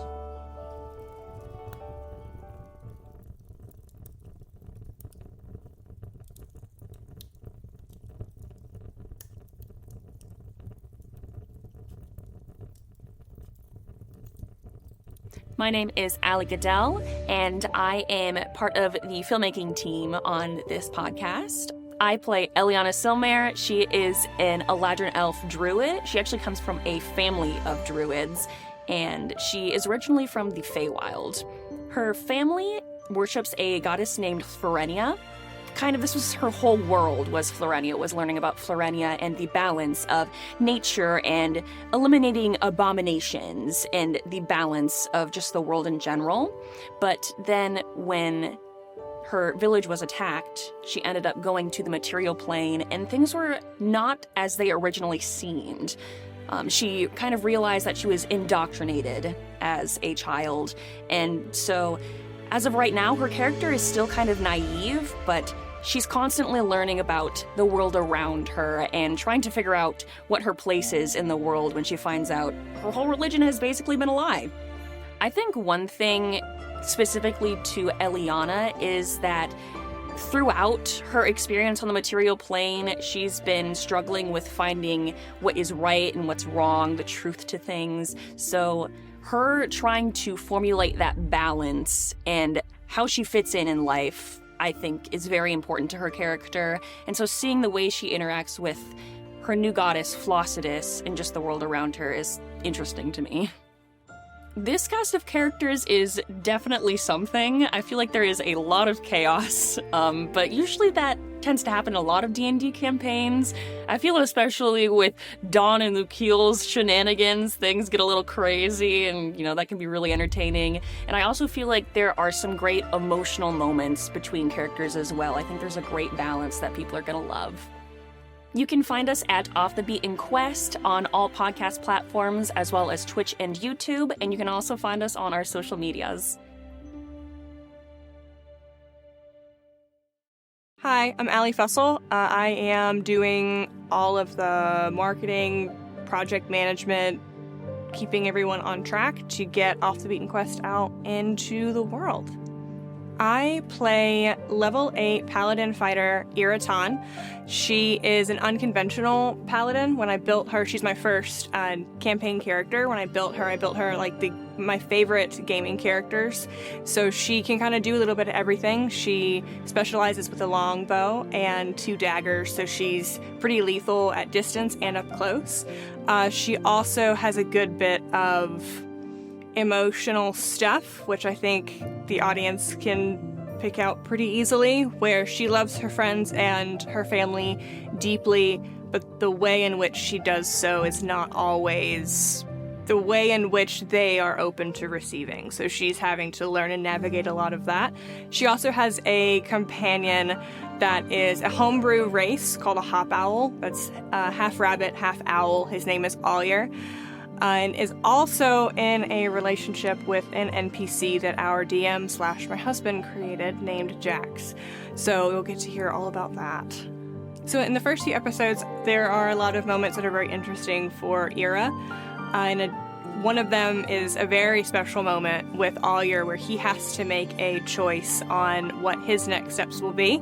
In addition to that, there's some pretty gnarly emotional turmoil that Ira navigates with one of her party members that I think will be interesting for everyone to hear and to listen to get some insight into her backstory.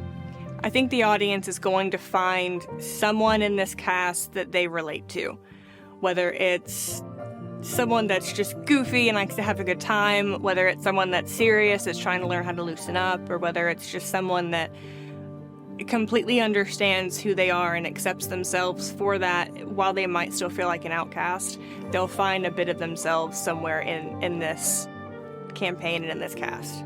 You can find us on all major podcast streaming platforms, in addition to YouTube and Twitch, and all social media, which is linked in the caption right down here.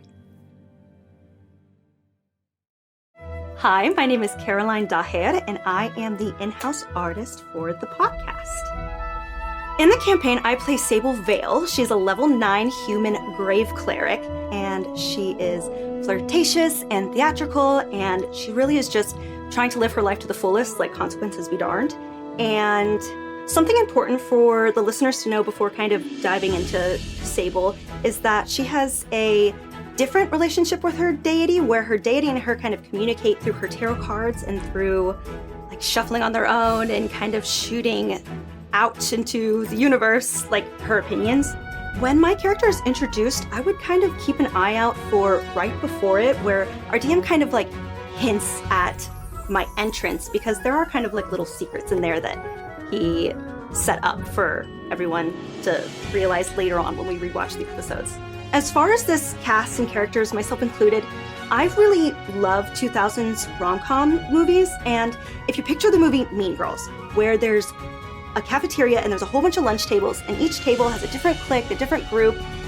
This table that we're playing in kind of has a picked person from each group, and we just all mesh and blend together, and it's so seamless and so dynamic. You can find us here on all major podcasting platforms, as well as YouTube and Twitch, and check out our socials linked below. Hello, my name is Sarah Matlack. I'm kind of a flex role, and so I kind of jump from task to task, just wherever people need me, I'm there. I play a red tiefling named Verity Belladonna.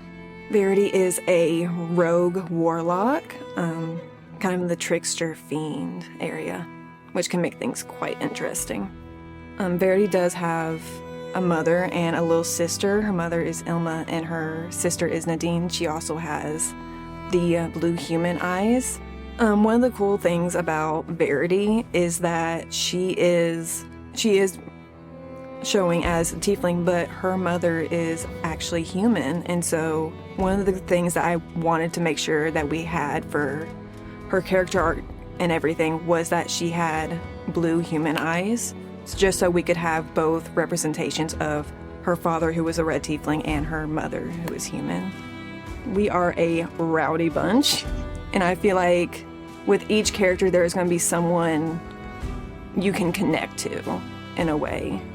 And that's another thing I love about this group, is that you can find a way to connect to them. Whether it's through an emotion scene, whether it's just getting drunk at a tavern, or climbing a tree. You just never know. Dreams can show someone your truest desires as well as your darkest fears. And so I would keep an eye out for those dreams and visions, because you might see them pop up every now and then throughout the series. You can find us on all major podcasting platforms, including our Twitch, YouTube, and other social medias. My name is Justin Fussell. I am the game master for Off the Beaten Quest. Outside of being the game master, I do a lot of writing, world building, filmmaking. Me and my wife, we run Imagistorm Productions together. Yeah, it's been a lot of fun just incorporating a lot of the world building and writing that I do into this, building this campaign overall. It's been really interesting to kind of take the filmmaking background and kind of apply it to being a game master, because essentially a lot of like the players are the actors and you're setting scenes, and you kind of just let them freeform in the space versus just any like preconceived dialogue. So it's a lot of fun just to kind of see, you put the situations in their hands and just kind of see what they come up with. I enjoy playing D&D with this group because they're like my found family. It's been, I love everybody that sits at this table. It's been a lot of fun to just be able to kind of build this world with them together. A lot of the way I incorporate this with a lot of the players and the story and stuff has been a lot of collaboration, seeing how their stories intertwine with what I have planned and vice versa. It's going to be a very interesting to see how the people receive everybody. Everybody's got its own different flair, and the way that this team is made up of very colorful characters, I think everybody's going to love them. They're going to find something to laugh with and have fun with, and it's going to be really good. In the campaign, I play a lot of the different NPCs, of course, but the main one that I play is Jax. He's a fighter monk druid, and he came from a tribe of changelings that existed in the Fey realm and kind of had some backstories with different things and different interconnected characters. He's become a love interest and boyfriend of Hira's character. And if you want to know more about Jax's backstory and kind of how it's interconnected with the whole story, you can always check out the prologue. I chose to do a homebrew setting versus an existing campaign just because it was something where I could kind of really just expand and create a universe. I wanted to have something that I can build upon. I honestly like to be able to throw twists and stuff at the players. I think that's the biggest thing I think is really fun. There's a lot of ideas of what's going to happen, where things are going to go. Just as much as they can improv in a setting, I can do the same, and it kind of allows for a lot of really good back and forth. Definitely, if you've checked the prologue, there are some things that happen in episode 62 that is a little bit of an Easter egg that even the players haven't figured out yet, which has been really nice. But it's going to come back around eventually, and it's going to be a really big aha moment. But I think that's one of the biggest things to look out for. It'll be a very blink and you'll miss it kind of moment. But other than that, just being really on the lookout for a lot of just the backstory and the things that how this is going to be building up to as we get into the next arc of the campaign. So they can find us on any of the major podcasting platforms, as well as our social medias and Twitch and our YouTube. All right, welcome back to Off the Beaten Quest. All right, so we're going to pick right up where we left off. You as we're being rushed out of this, the Elderwood Athenium. Ira was being threatened. He said he wasn't being threatened. He was being protected. Do not tell her how to read a situation. Okay, that's fair. Inside check. Meanwhile, Elliana and her family and Jax Hey, Jax. just like tagging along, I guess. Head to the Gilded Ore Tavern and Inn. I guess while we're making our way there and like when we sit down and stuff, Elliana's gonna be like, so Jax is also a druid. By proxy. Oh, you're okay. It's complicated. Yeah, I could tell. Yeah. Okay. So you guys get to the Elliana like trying to bond, and Jax is like, yeah.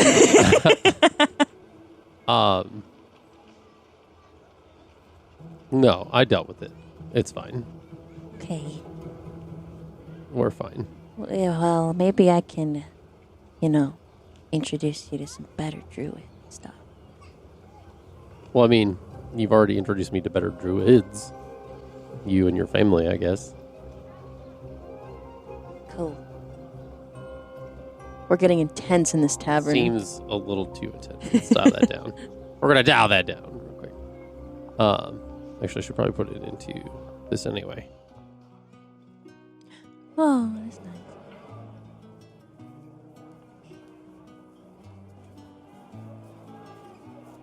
It's like a little campfire and stuff, like a fire in the fireplace and things like that. As it's getting closer to the afternoon / like kind of dinner time, because you guys have been kind of going around. Is it a purple tiefling here? The one that you saw before. Yay. Yeah. Yay. Don't look. Why are you looking at me like that? What? Okay. Bonk. Stop. This place is really nice earlier when we went, after everything happened. So, it's been a long day. Well, yesterday was a really long day. Today's a lot too, because, you guys are here, and I haven't seen you in a while. Yeah.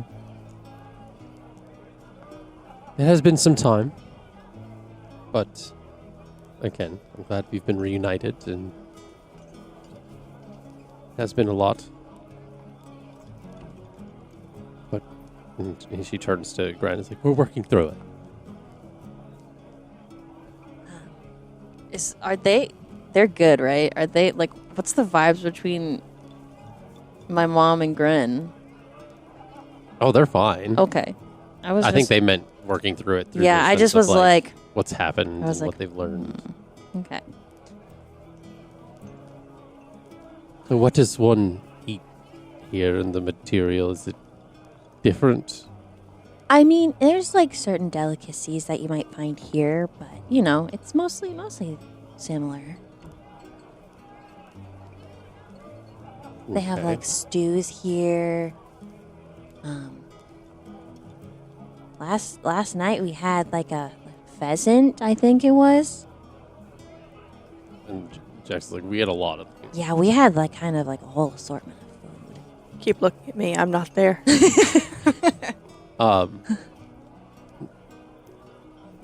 So the tiefling comes by, Drenna, and says the specials tonight are chicken stew with chestnuts and cheese served with mulled cider, and no, he already did. Roasted goose with cheese Ooh. and pistachios served with a mulled mead. Okay. I'll take the chicken with the chestnuts, please.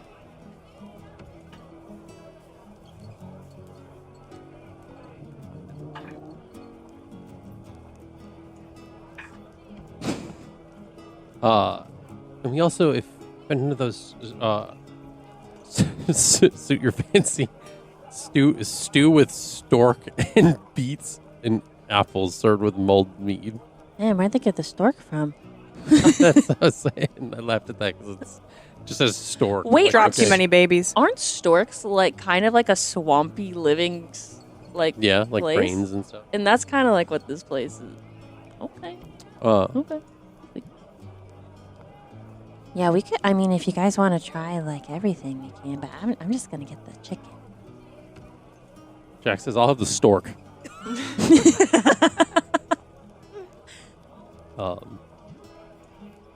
I mean, we'll go with your recommendation, dear. Elliana's like not used to people like her family at least like looking to her for guidance, and so she like is like, Yeah, the chicken's pretty good. Four of those, then. The barkeep's like, got it. And goes off to fill the orders. So what happened the second time? I saw like bits and pieces, but Well, I'm not sure what you saw, but we were just rebuilding the temple, and it's a normal day, and that weird cloaked woman just attacked the village out of nowhere. There's lots of undead and spirits kind of rummaging around and hurting more people in our village, and as if we hadn't been through enough. Thankfully, your sister was able to save me before I would have succumbed to Thanatura. yeah. I don't really understand it all, and I don't know if I ever will since she's gone now. But I think she was trying to. She was once the god of natural death, but she started taking advantage of that and using almost like souls to power herself and her immortality, from what I read and was understood and told. So she was banished. She was usurper god, which is why she came back as under the guise of Aarencia to kind of hide her identity, to try to get more power again.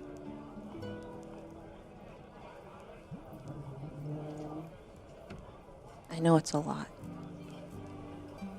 Well, that business aside, we can at least have a good family meal like we used to. I suppose. Again, I'm not sure how to process a lot of this, but Well, I'm really not sure how to process a lot of it either, because growing up, you kind of like just didn't tell me about these things. Like, I wasn't prepared for any of this. I mean, how would we have prepared you? I mean, you kind of just... You didn't really teach us anything outside of, Aarencia and the temple and the family's worship. I mean, how was I supposed to know we were going to be attacked? I was supposed to prepare you for war. Apparently, it's kind of crazy out here in the material plane, too. People are dying, and I'm trying... It's a lot that I'm being exposed to out here. And I feel like you kind of, like, hid the world from me in a way. I mean, were we supposed to just open the door and let you venture off to the material whenever, as soon as you could walk? I mean, Or no. talk? But there's threats out there that, like, you never made us aware of. Is your magic not capable? To some extent, no, because my friend is dead now.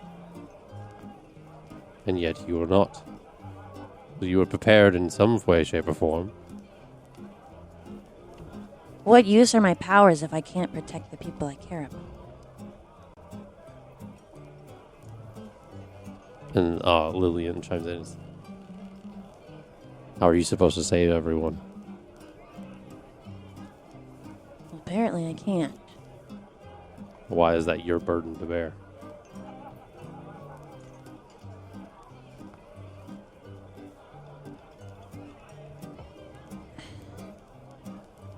Just feel responsible in some way. Well, I mean, are we supposed to just go out and play hero the moment Dad died?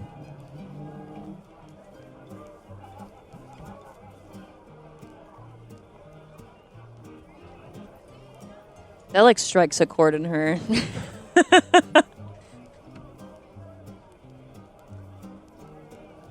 But nevertheless, and Freyona kind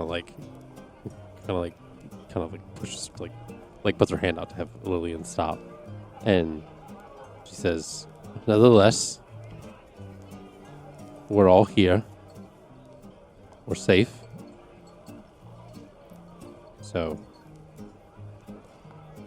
your mother's and I's teachings kept you all safe in some way, shape, or form, and you found your own ways as you grew older. Whether you kind of like almost like rolls her eyes, is like whether you believe Florenia or Flossidus or fuck all, I do. We. Oh. We're all alive. We managed to escape whatever peril that ill-fated our family.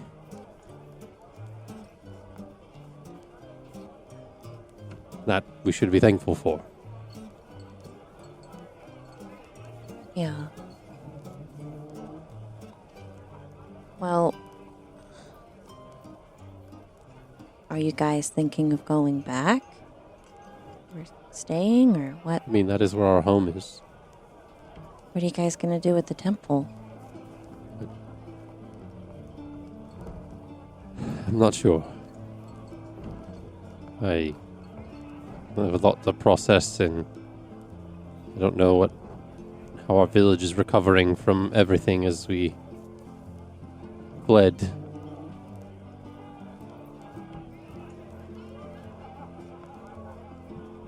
And to your point, and I think to Lillian's point,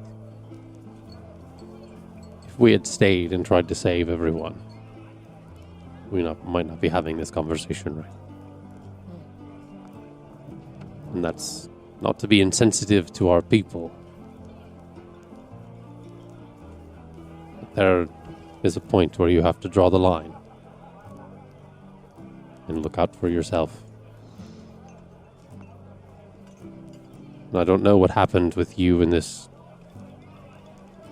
Thanatura, but it seems like you did the best that you could.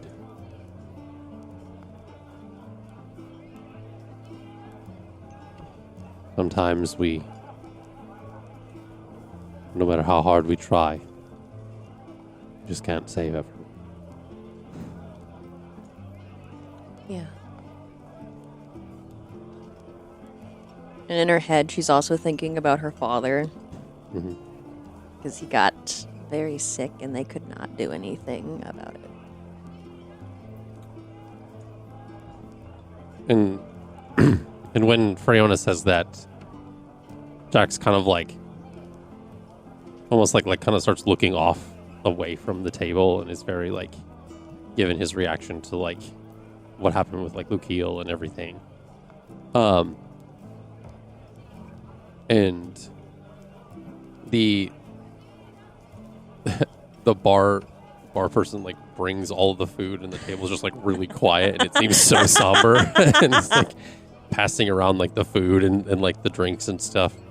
And the moment that she like sets the plate down in front of Jack's, he just like kind of grabs the meat and just like tosses it back like almost immediately.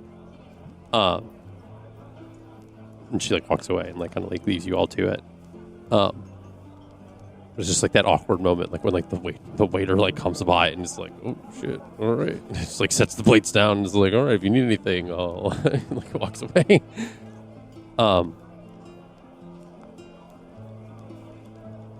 And Gren like kind of takes your mother's hand, like kind of puts her hand on hers and says, It's the way of the world that sometimes, you know, you talk about people dying and not being exposed to that, and unfortunately that's the way the world works. Us elves, it's different. We outlive a lot of the people that we know and are our friends. It's hard to see. Others grow old when we barely age at all. And thankfully enough, your father blessed us with a good fortune as he looks down upon us. Because I wouldn't have found your mother had he not. She kind of like looks at her and smiles at Freona.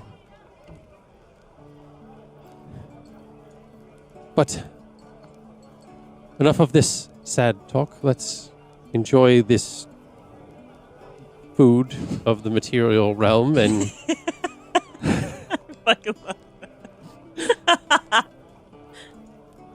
It's pretty good. which is funny, all things considered, because I'm pretty sure there are chickens in the Feywild. They're just not like the exactly same. So like, chicken isn't anything different. You can tell, like, there's a tiny, like, taste difference. It's very subtle. It's all in the material.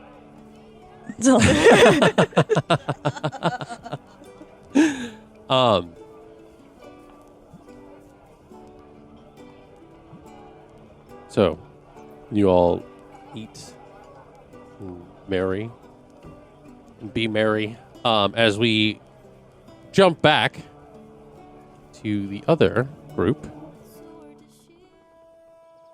Who was that? That was weird. The crowd. So you had just been shuffled out of this house of knowledge, and you now stand outside the front door that is now locked behind you. Rude.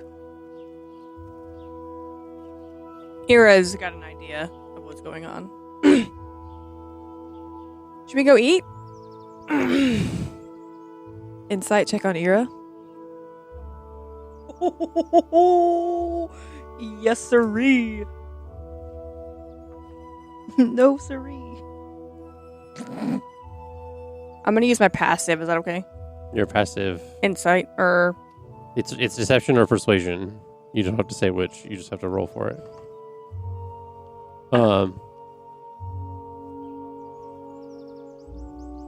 9. Nice. It's a 14 before any modifiers. Mine was only 11. Well, I'm going to revert to your passive insight. And you see the 6 of swords. Oh. Reversed.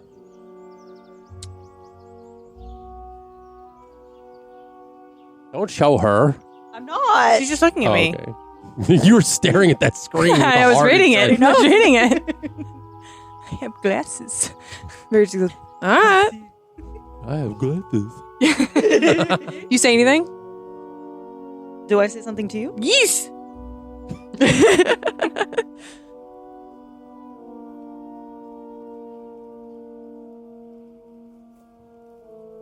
We are no longer in the zone of truth, but the lies. We're walking now, right?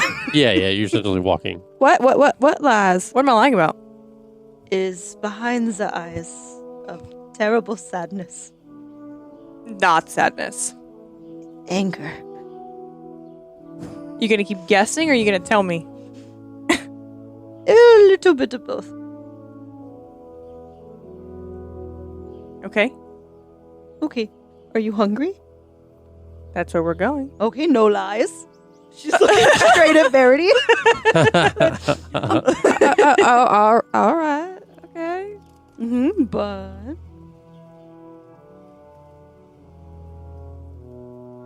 what evil follows you? Follows me? None until this point. I thought I was the evil for a little bit there. You evil? No. Yes. Please, please. No. Yeah. You carry the spices? I carry some kind of spice. Bonk. You see the 8 of swords upright.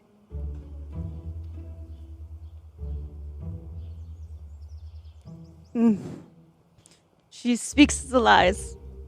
Boy, The 8 God. of swords was to Verity, by the way, just to clarify. Oh, never mind. Just kidding.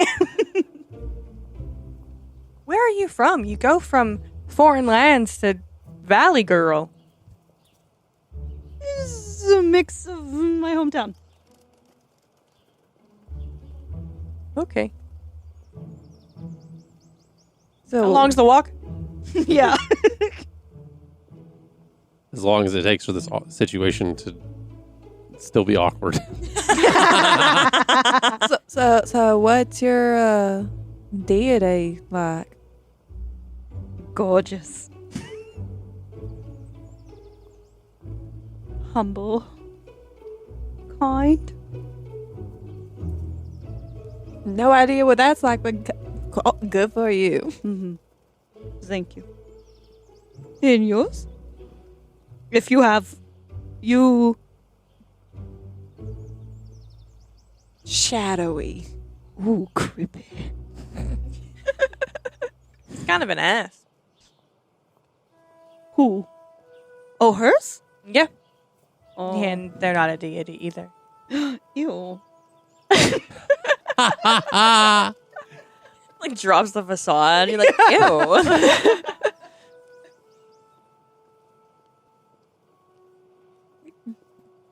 Yeah, but So when we talk about them now, do they do... Did they make a noise? Dude, she almost bit off her tongue. I did. We were hitting a rough patch back then. I think we're chill now, though. I had to kill myself, and like Literally. not literally, but Metaphorical. like I was viewing myself literally in front of me. Shadow version. Yeah, that's it.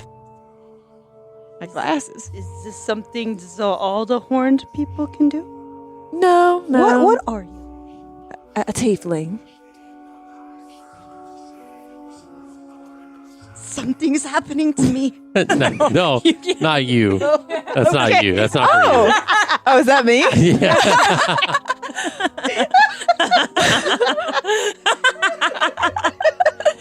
Something's happening to me. It's the first time Sable has been at the table for the voices. The voices. The voice. The voices. What are they saying? You just heard them whispering. They're just vibing. They're just vibing. Okay. Yeah, every now and then they talk. They hold secrets? Many secrets? They're just there. Just then, you hear in your mind, Sorry. I saw that. I'm glad you're safe. I was worried there for a moment. So much so that I almost left for Luer.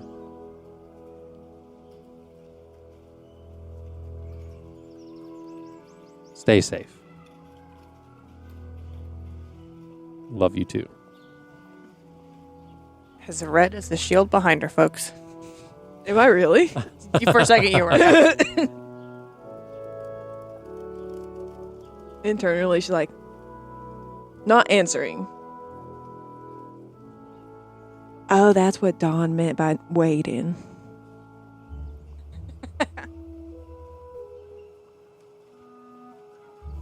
She didn't say anything else. Mm-hmm.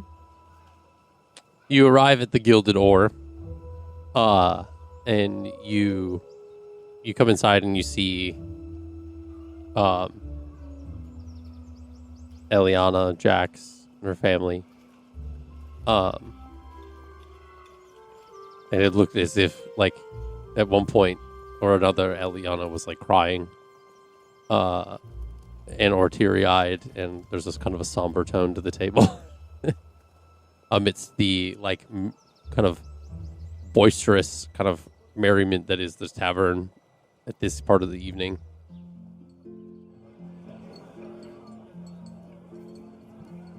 Do you go to their table or do you get your own? I'm not leaving Jax alone in this situation. They can. Ira's not leaving him alone in that scenario. I like the gray man. I will go also. Okay. Verity will walk up and see Elliana, like, teary-eyed. Jax, what did you do? What did you do? What I did, what did you do? I didn't do anything. She's crying. Sure she's not crying about you? Internally, the first thing that popped into my mind was just flipping him off, and then she remembered the thorn whip. Is like, I'm getting a drink. And just goes up to the bar. Hey, guys. See? You okay? Yeah. We're working through it. She, like, I'm assuming that these are benches. Yeah, it's like it's certain, like, kind of, what's it called? Like communal seating kind of thing. Like, Yeah. where there's, like, larger tables and there's, like, smaller, like, booths and stuff around the outside. Yeah, she, like, swings a leg over to sit next to Jax. Okay.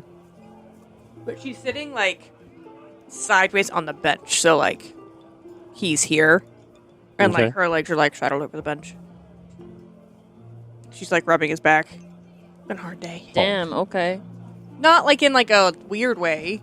That's not the face that Carol the table was making. She's straddling it. Damn. Calm down. The bench. Calm down. And- Calm down. Fuck.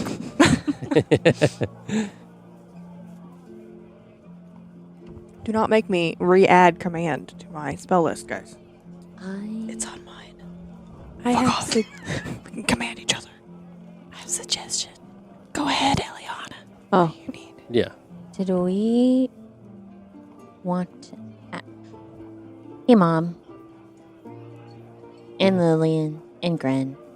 Do you guys know anything about... and she, like, looks around. Do you guys have any information about Marian Hearts? Just asking. Can we just in case. not talk about that here? And No. the whole room Okay. goes, like, silent, and Lol looks at your table. Just kidding. Like, excuse me? Can we not talk about that here? Okay. Go ahead.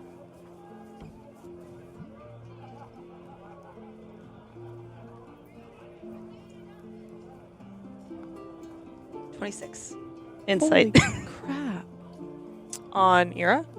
on Era. Why should I want to talk about it? Let's see. Nope. Nope. Worth the shot. I got a fucking... No, it wouldn't matter. It's deception or what? Persuasion. Nope, wouldn't have mattered.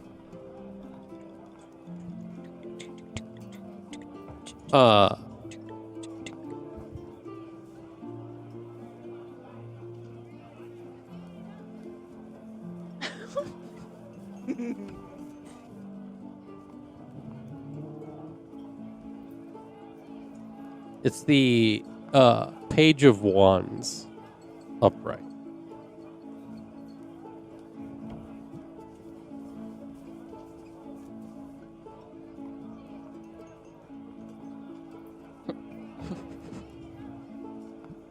Okay. I have no idea what that means.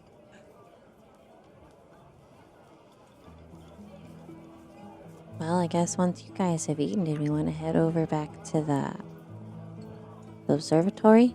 Oh, I was going to answer. Oh. Because you asked the question. We didn't really get to that part. Well, I asked not to talk about it here. Oh. Yeah. Okay, then never mind. Yeah. Well,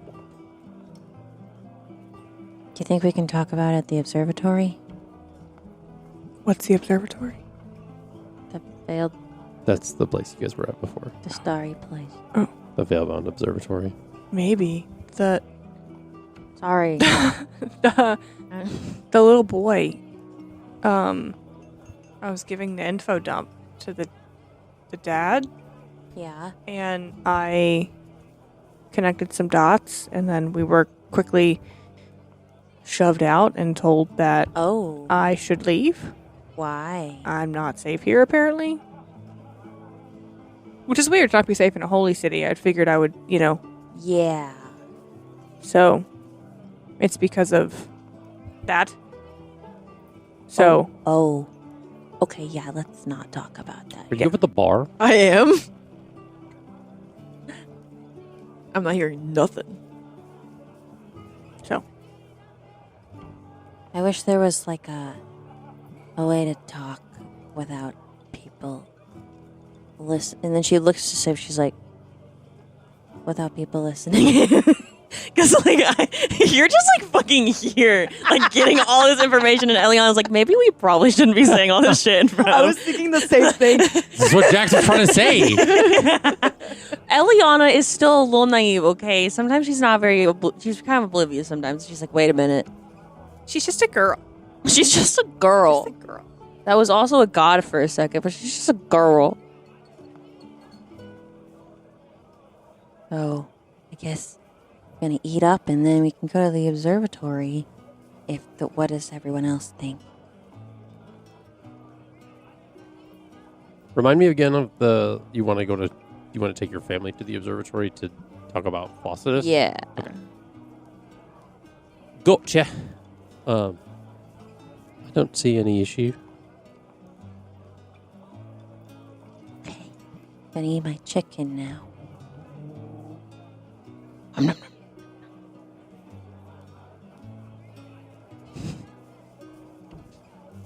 So you don't have, you and the three of you have that no just food. joined don't have any food. Mhm.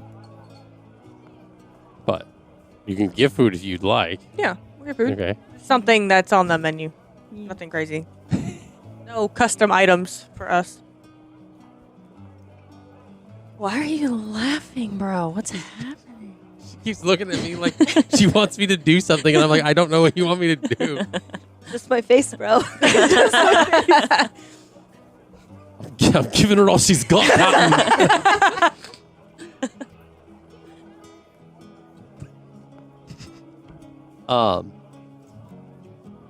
So you guys end up getting some food.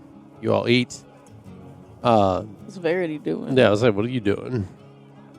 Verity got some ale and I guess a bowl of fruit. She's just chilling. Just bowl of fruit. Just a bowl of fruit, just chilling up there. Make a perception check. Oh, she doesn't come back to table. What Jack said hit hard. You said perception? Yes. With me, everyone. 21. In the bar, like kind of like carved into the bar, very small, like print. Mm-hmm. It is Thieves' Cant. And you read, Uh-oh. the eye is watching on the bar. Era. And she walks over to the table. Or, well, the eye is always watching, I should say. Is that the thing that Cindy was a part of? No. Oh, that was the hand. Watching. Above table talk. Okay, we got in I had to trouble with rewrite that, the, sorry. God bless. What I originally wrote down was the eye. It looks like the eye is watery. I'm like, that isn't. It's crying. Era. She comes back with her ale. You show the fruit. Yeah. All yours on her shoulder. She flutters down and just starts helping himself to your bowl. Damn. You can push him away, but he is going for the fruit. All right. Verity's just accepted. It's like, okay. Bold. Of Oyer. He's getting comfortable. He's an adventurer now, too. Even if he hasn't told his mother what he's been up to. He's got confidence now that he's beat her up. That's fair. Damn. As asserted the dominance. Hey, Era. I was at the bar getting this drink, and in tiny little lettering, I saw something very interesting. Oh, yeah? Yeah, and it said that the eye's always watching. I'm going to say, roll for that history check. You know what? I want to use the dice that Jen gave me. Please hold. It's my D4. I just had my finger on it. Do you guys ever do that? You grab the dice you want and then you put it down. And you're like, no. Yep. And it's just I gone. just randomly grabbed dice out of my big, gigantic ass bag. Bags.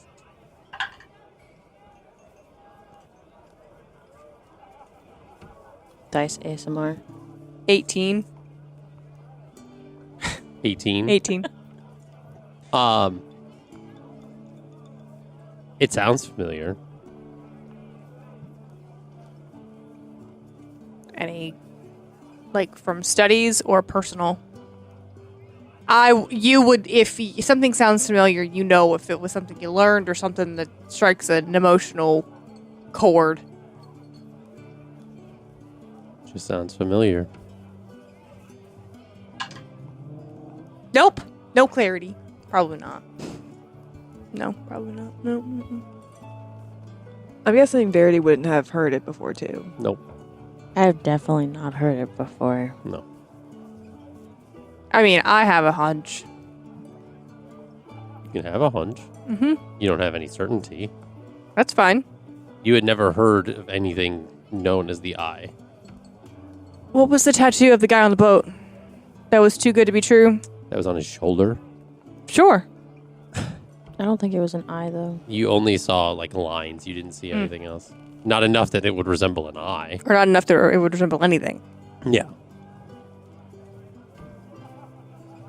We need the cat can. Ellie. Coming soon. My bean.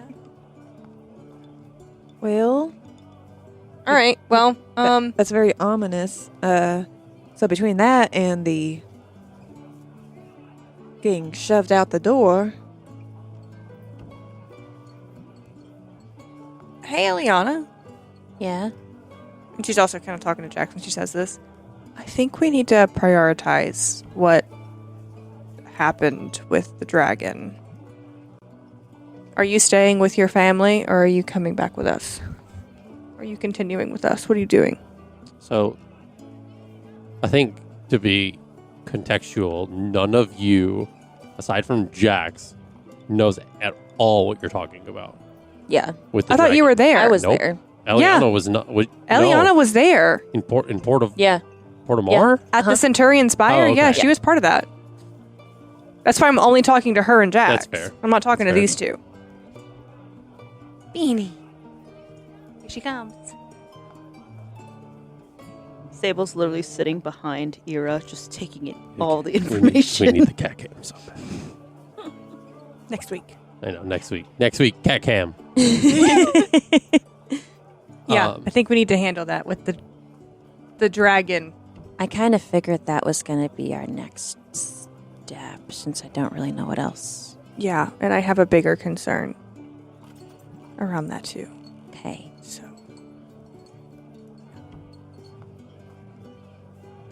What are we whispering about? You can go ahead.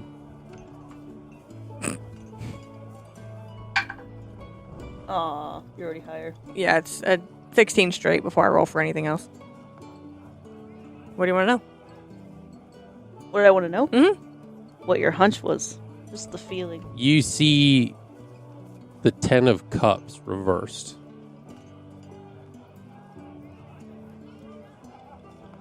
So, and she turns to, like, her parents. Stop reading it. I'm not. She's not. I haven't even pulled it up yet. You deadlock. You were like, She turns to her parents and is like, I don't think I'm going to go back with you guys. I had a feeling. I just can't be stuck in that little bubble again. I feel like I've seen too much, that I would feel guilty just going back and minding my own business.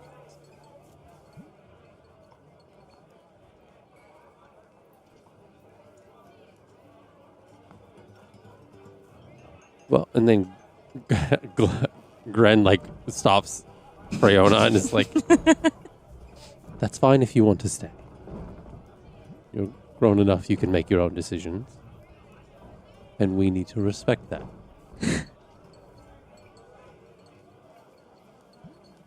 And Freona's like, mm-hmm.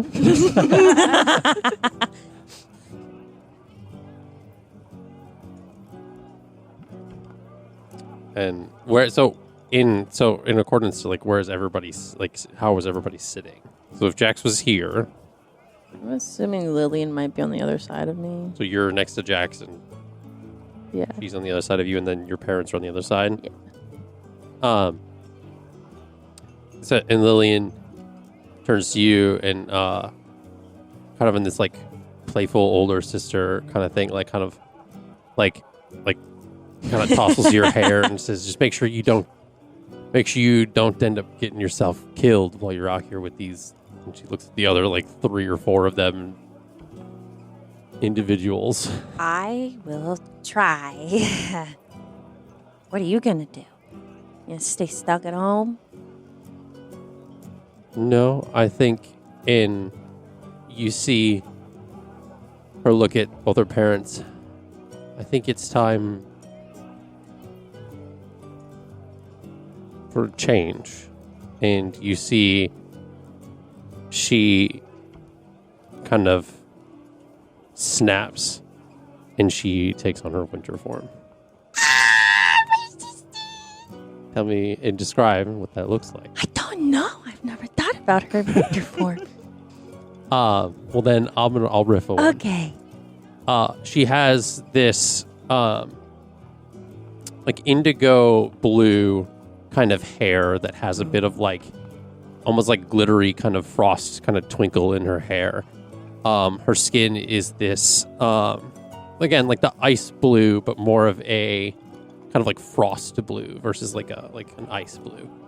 Her eyes kind of shift to this kind of like almost like a very, like, almost like robin's egg blue of, like, in the iris.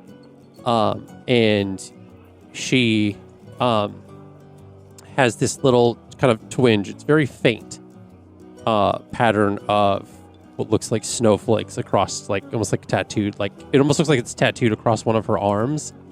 And each of the snowflakes is a different, much like a normal snowflakes. They are all completely different. None of them are the exact same shape. Lillian, you look so good. And you see, as she kind of like puts her hair behind her ear, you see kind of tattooed kind of like on the inner of her like elven ear on that side as she's changed, there is a constellation of a like almost like a bow and arrow like tattoo like in the ear. I think, and she looks at her parents. I think we forge anew, and the only way to do that is to move on. Whatever that looks like. And I don't know about you, but I'm sick of holding on to things that keep weighing us down as a family. So, we'll get through it together. And she looks at like Freyona, whether we have to drag you kicking and screaming. Oh. I'd like to see that. I think that would be funny. I mean, entertaining. It's what Dad would have wanted. Yeah.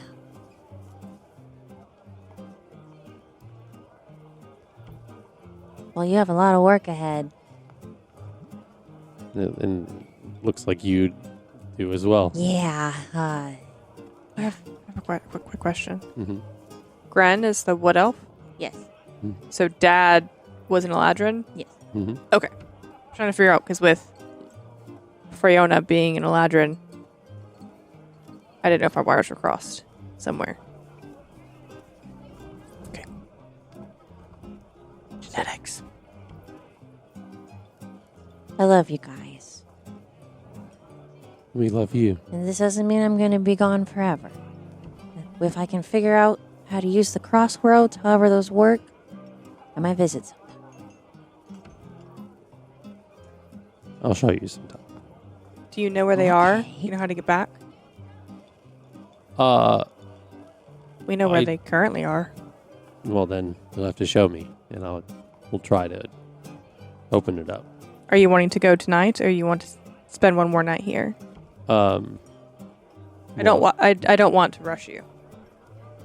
Well, Elliana wanted to show us this observatory place that, but I don't think we're in, and she looks at her wife, Bren. I don't think we're in any type of hurry. I don't, if anything, more time with our daughters together will be good for a little while.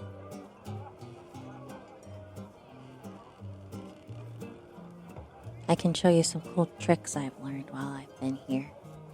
You know, the sky's way more powerful out here. With the changes to night, they were landside. No wonder I didn't see Flossidus for so long. There was no night sky. And Lillian says, I'd like that. Yeah, you would. Just wraps it under a hug. She's like, all right, cut it out. So essentially you all finish eating and get up from the table and head out of the Gilded Oar. I'll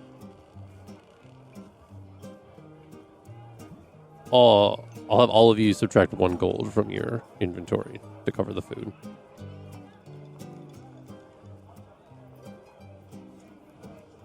Just because I think I haven't been... We've gotten like 3 meals for free. For a bunch of free food so far. I don't say a word when I notice. So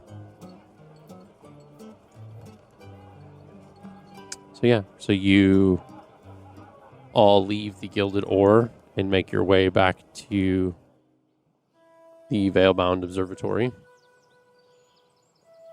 What time of day is it now?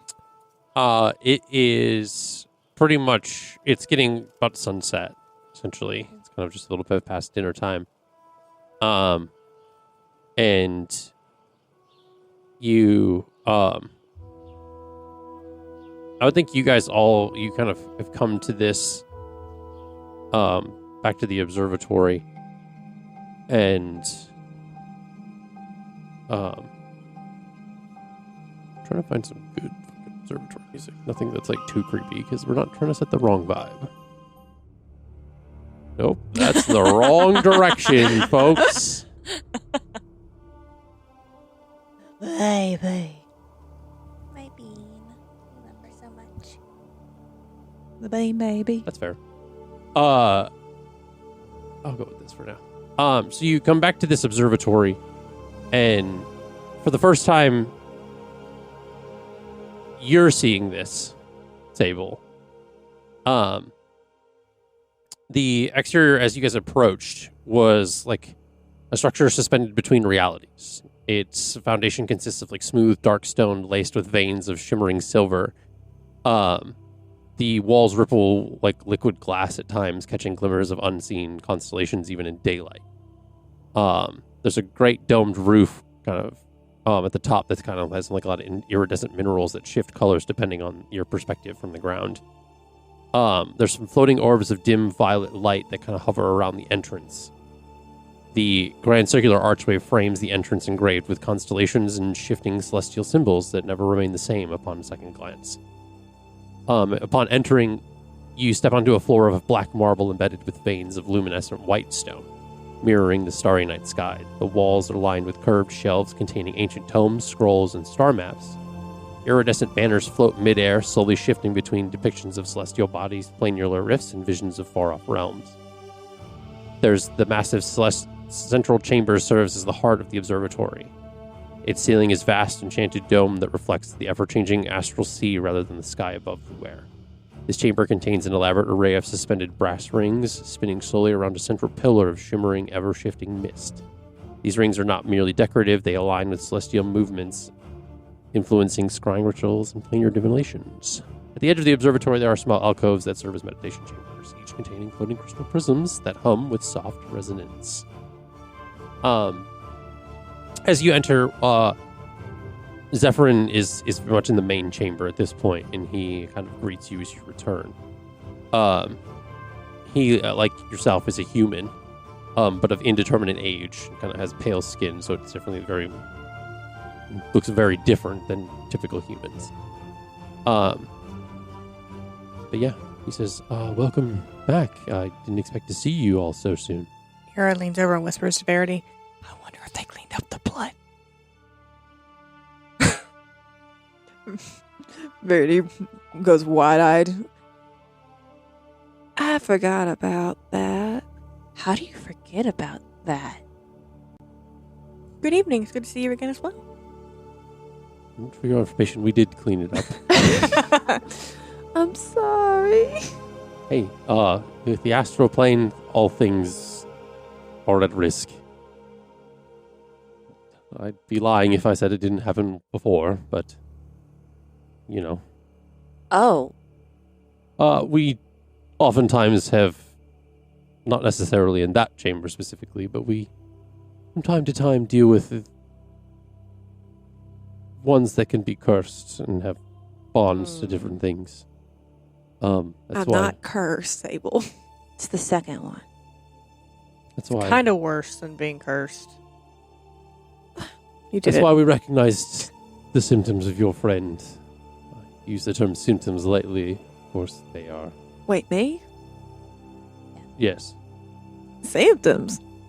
Not necessarily like of a sickness, but there is telltale signs of someone who is bound physically, mentally, or spiritually by forces that you cannot control.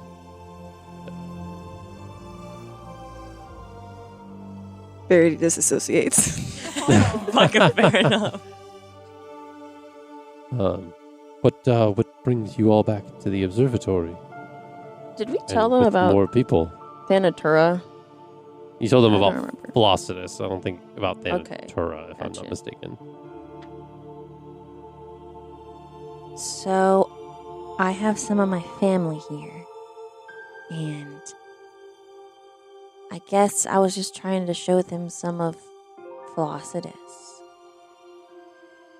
But there isn't much, considering her resurgence is recent, as you've indicated. Her presence has been remiss amidst the pantheons of Aarencia, given that she gave up her spot amidst the pantheon to keep our connection with magic. See, Mom? Told you. And given that you say that she has resurged, it does make more sense with some of the things that we've been seeing here at the observatory. The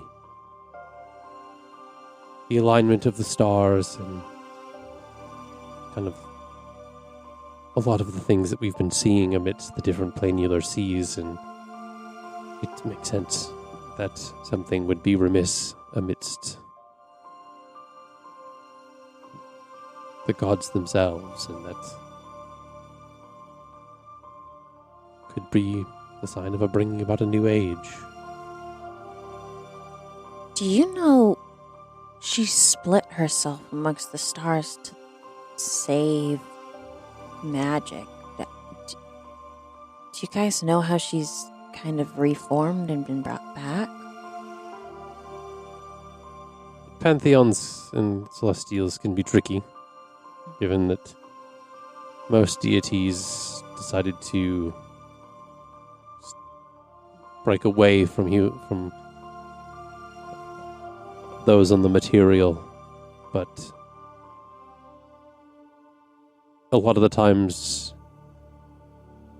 it's something as simple as belief that could fortify most deities.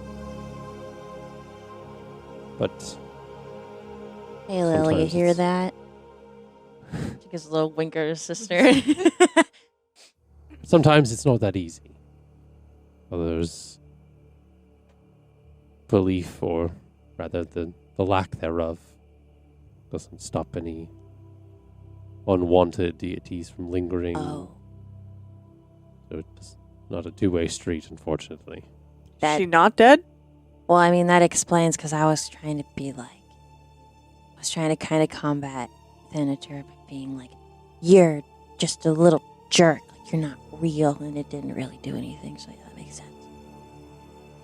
So should we stop saying her name? Again, I'm not sure it's that simple. Can gods die? I mean, I'm not privy to that level of knowledge, I don't think. Okay. That's something that's above my pay grade. Okay, well, I'm a little more concerned now that she might come back. But she's taken care of for now, I guess. Give me a history check. History check, history check. 10. You remember that from what Flossidus said in the astral plane, that she was taking over both Mm-hmm. aspects to avoid a vacuum of power where somebody tries to take that place, or stand in her way, or essentially. So there's a good Pretty chance sure that- she's gone. I mean, there's a good chance / confidence that because she's taking that place, there's nothing for Thanatur to come back to, Mhm. even if somebody still believes. Because it's a bigger problem if there are two gods of the same domain. Yeah. So Good news is I think she's gone. And if she ever comes back somehow, it's going to be a challenge for her to get back into power. But I can take you to some of the tomes/scrolls that we have on Flossidus if you would like to.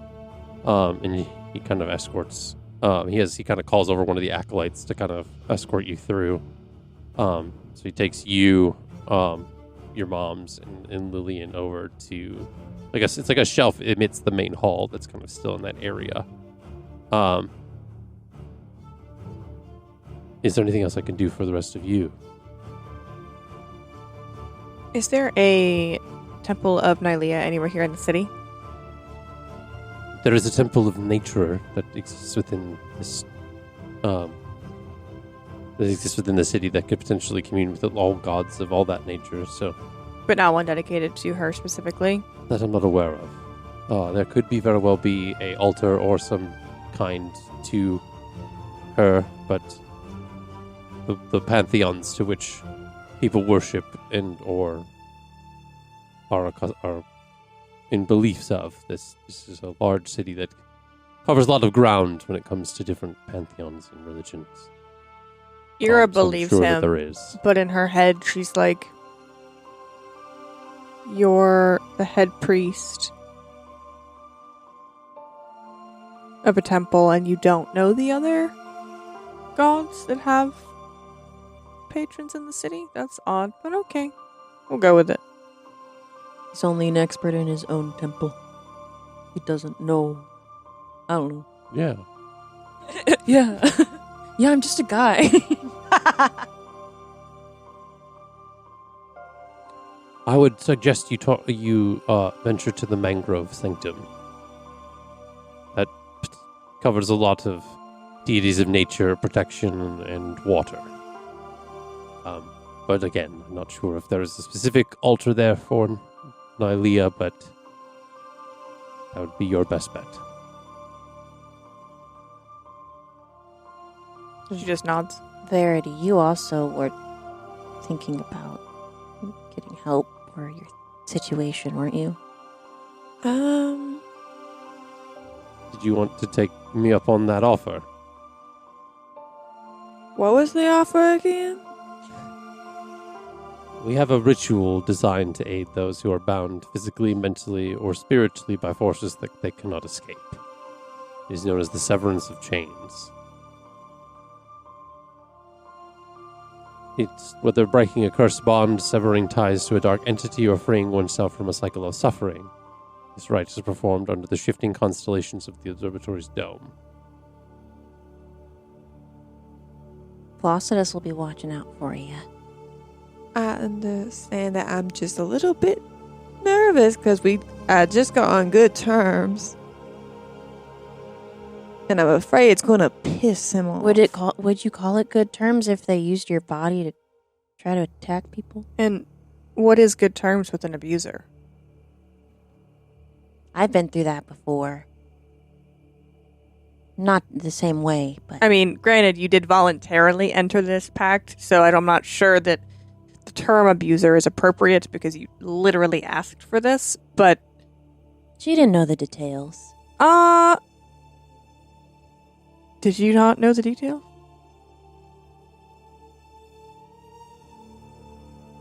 Let me pull I up my feel like backstory.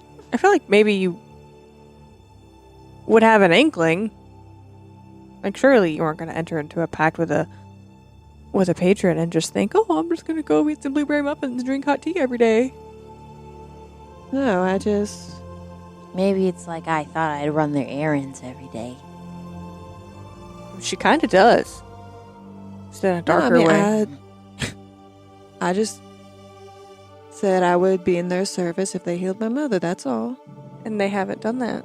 They're using her against you, right? Sable, can you, take a few steps back while we talk about this? We're sharing a lot Sable of said, information. maybe 10 words this whole session. Just taking it in, man. There's a lot of shit going on. She will talk to the guy unless they're are they talking? No, they're talking to each other. So Yeah. if you want to talk to the guy, you can. Okay. Do you want her to know all this? I can take a few steps back. I mean, I haven't really heard anything otherwise. Question, your vision. Remember that? Long time ago. Remember it? Feels like a long time ago. It wasn't that long remember ago. that vision of all of us? She wasn't in it. Was Roman? He was. Dawn? Yes. So it's not gonna happen. The vision's not gonna happen. Was Lukiel in it? Yeah, actually. We've changed fate. I don't know if it was fate specifically. Maybe it was just like a nightmare. Roll for insight. I was about to say they said changed fate.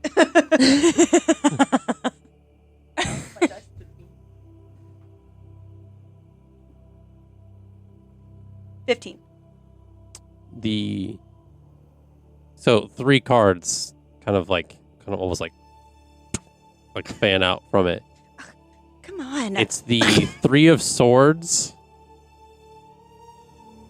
Okay. the 8 of swords again, and the 6 of swords. Ooh, all sorts. Hate that energy, personally. Ooh. Sorry, it was 3, 8.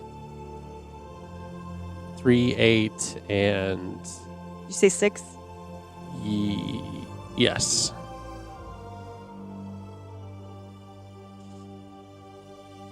Ooh. Ooh. Ooh. Okay. Do I see her make Yeah, those do people see? faces? I want to say that if they floop in front of me, I'm trying to grab them out of the air. Yeah, put to keep in them, the keep it like, yeah. yeah. Everything okay? It's fine for me. I don't know for you. You're kind of nosy. I'm nosy. I think it's more her deity than her. Fair enough. Yeah. What did you see? What did I see?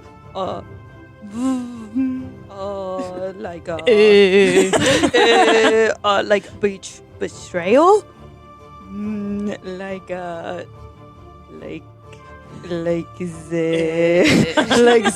the feeling trepid.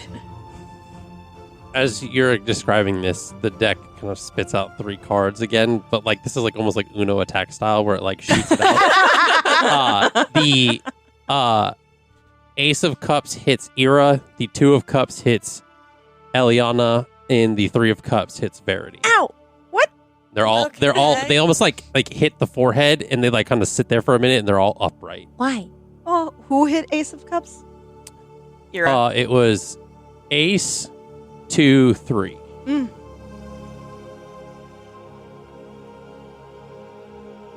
Do you know what these mean? No, I can't Why say it. Why would we? I don't know. You use like the old. Gren, I know you know a little bit. She's like, I don't know about you. Didn't teach me about this. She's like deep in conversation with the priest. Oh wait, you're not here. You're talking with the acolyte and showing them the stuff about Flossidus. Oh, I thought we were like in the same area, like we hadn't split off yet. Yeah, I thought we hadn't Yeah, split we off hadn't yet. split Well, you're in the Yeah. same like the Smith's big main hall. Okay. Well, But no, you had because moved off. dude asked if we wanted to go anywhere, and that's what spawned this. Well, it was to the 3 of you. She had went off with the acolyte to show her family about Flossidus. yeah, so you're not there. Okay. Bye bye. Aw. Sorry. She never told me to back off. We can say that this all happened before. Okay. Like your family took the acolyte took your family off with her, and you could have stayed Okay. for a second. Yeah, I think that's fine. What do these mean? Yeah, you social joy. You have celebration? No. Were you 3? I was 3. Friendship, new feelings, Yes. and unity, partnership, and connection. Yeah. Oh. That's what I have. Mm-hmm. Okay. Well, do you want to do the thing, I guess? And then Here's a fun idea. So it's almost like this is almost like that one like headbands game. The page of wands like goes up in front of Sables. Sable's sorry, fucking forehead. There's a wand on there. What kind of wand? Actually, looks like a stick more than a wand. What kind of stick? Yeah, you guys can like peel these off. Like they're not like Oh, yeah, here it's like- too. Yeah. Ah, in case you were wondering, I am curious. I am excited. I am to be with you guys. I don't think I needed a dead tree to tell me that you're excited and curious. You're just a bundle of joy. And then like the cards kind of like back into the deck, Mm-hmm. and then the King of Wands like spins flying out, and it hits Ira in the forehead. Kind of like a little bit of like a thing where like the point kind of hurts just a little bit. Yeah. You see that it lands on the ground upright, and it says, "Big picture leader are overcoming challenges." You are the visionary leader. You are the ones that must say yes to me coming along. We are fated together. The only one I am fitted together with. Is who? The guy who has the dinky? The what? Excuse me. The what? Oh, what? What? The portal changeling Danky. What are you saying? I get what you're saying. You know, everyone was entitled to their life before we came into the others' lives. Yes? Sure. That's hilarious because Dank never said her name. Oh.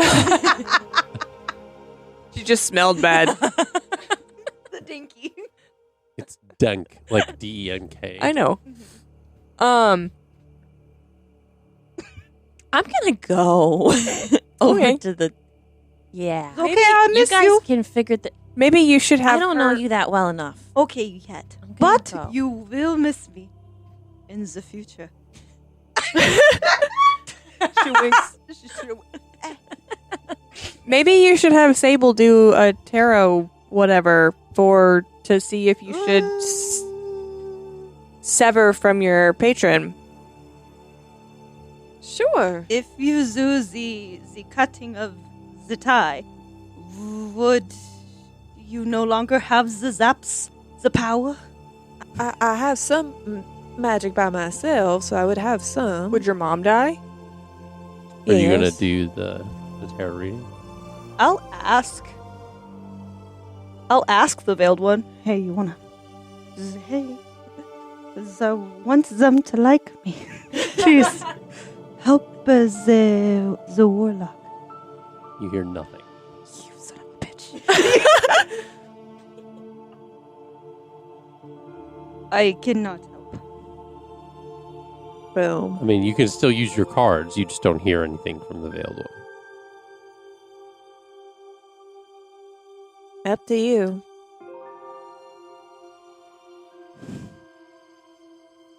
Do you have to have magic to do that? I feel like you No. could just shuffle and interpret. I can. Does it Okay. make it incorrect if you just do it on your own? I think she's going to try to do a tarot reading, Mhm. but she's probably going to try to use not necessarily deception or persuasion. Well, maybe. She's going to try to get Verity to be like, oh, we should have her around. Okay. So you shuffle the deck. Mhm. You flip over the first card. Because it's just her. Does she need to roll like performance or anything? Or persuasion, deception. There's- Let me cook. There's no god Let me cook. involved. You flip over the first card. It's blank. Ugh. Then you flip over another one. It's blank. And then you flip over a third one. And it's blank. Sable does not like this. She's a little scared of you. Gods won't interfere in the effects of mortals. Does Verity see that they're blank? Yes. The fate of you, my friend, is in question. Sounds about right. I'm gonna have you roll an insight check for yourself. Damn. I'm going out. I'm going out on a. I'm going. We're gonna play into the flavor of this.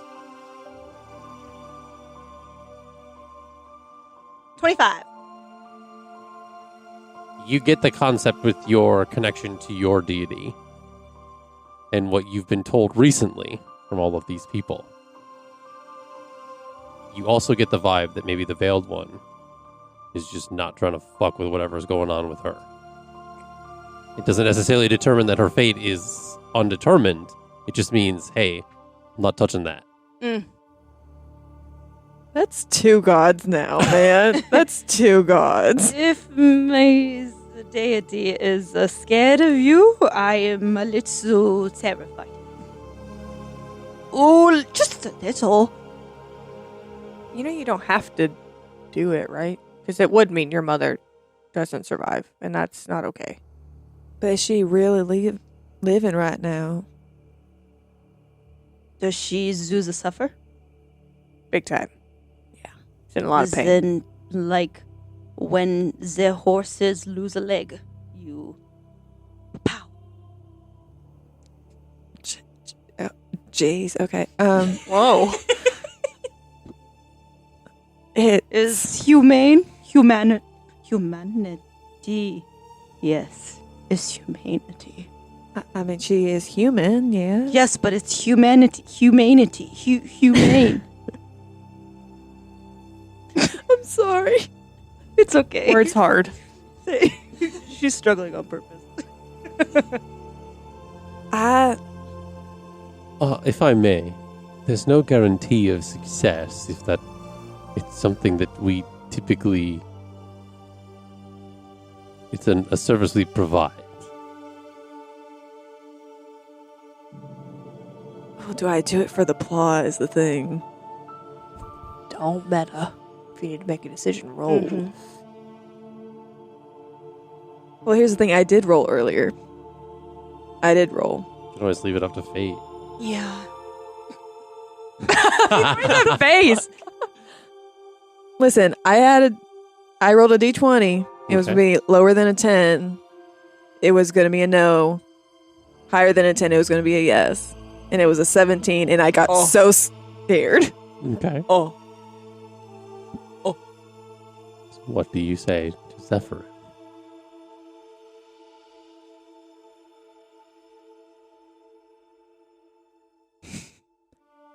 Oh. I don't think she will. Okay. She's on good terms. She's not going to fuck it up. Do you know that? Her perception. Okay. That's why I'm asking her perception. I mean, my passive perception is a 20.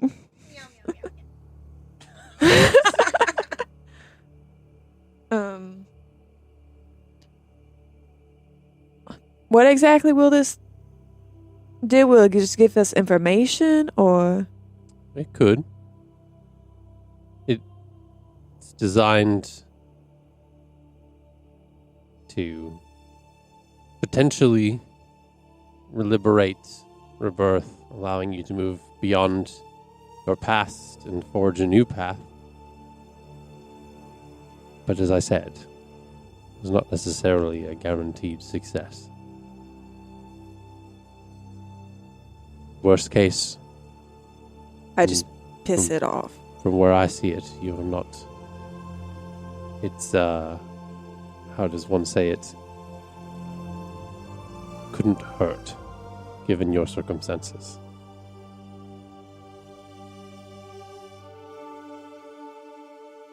I'll honor the dice roll then. Okay. That freaking grin, man. So he says, right this way. And escorts you himself to a different chamber of the observatory. Do you want support? Yes. Okay, Ira will go with her. Hero goes. Okay. It's gonna be a fucking trying to get the illicit worm out of the head. From Baldur's Gate. The chair scene. Yeah. Baldur's Gate. Okay.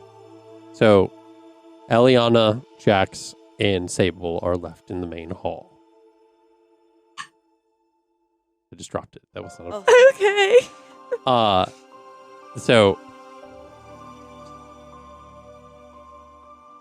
I went with my parents and my sister. Yeah, you're kind of essentially off overlooking at like the bookshelves and stuff. I'm gonna have you roll a d20. Okay. You're not gonna add any modifiers. I just want you to roll. That number will be determined what it is for later. Do I want to roll well on this? Okay. I'm not going to tell you that. Okay. Okay.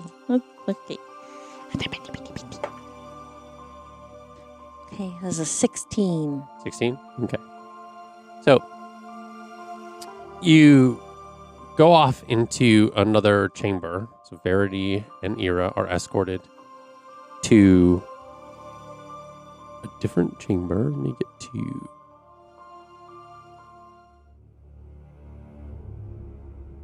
Sorry, just kidding. Okay. I was about to say, is boss music about to start playing again? No, I just wanted to fake you out. So you are brought to the Chamber of Infinite Reflections, a hidden chamber deep within the observatory, accessible only to those granted permission by Zephyrin. Inside, there are towering mirrored surfaces stretching endlessly in all directions, reflecting not only one's physical form, but also fragmented glimpses of past lives, possible futures, and even alternate versions of oneself from other planes of existence. Jeez. There is a single, kind of very much similar to the other place. There's like one of like those like, kind of like, I figure out the right name for it. It's like, but the bed chairs where you can kind of lay down. And he gestures for you to lay down amidst, and it's like set in the center of all of this. Verity lays down. And he begins to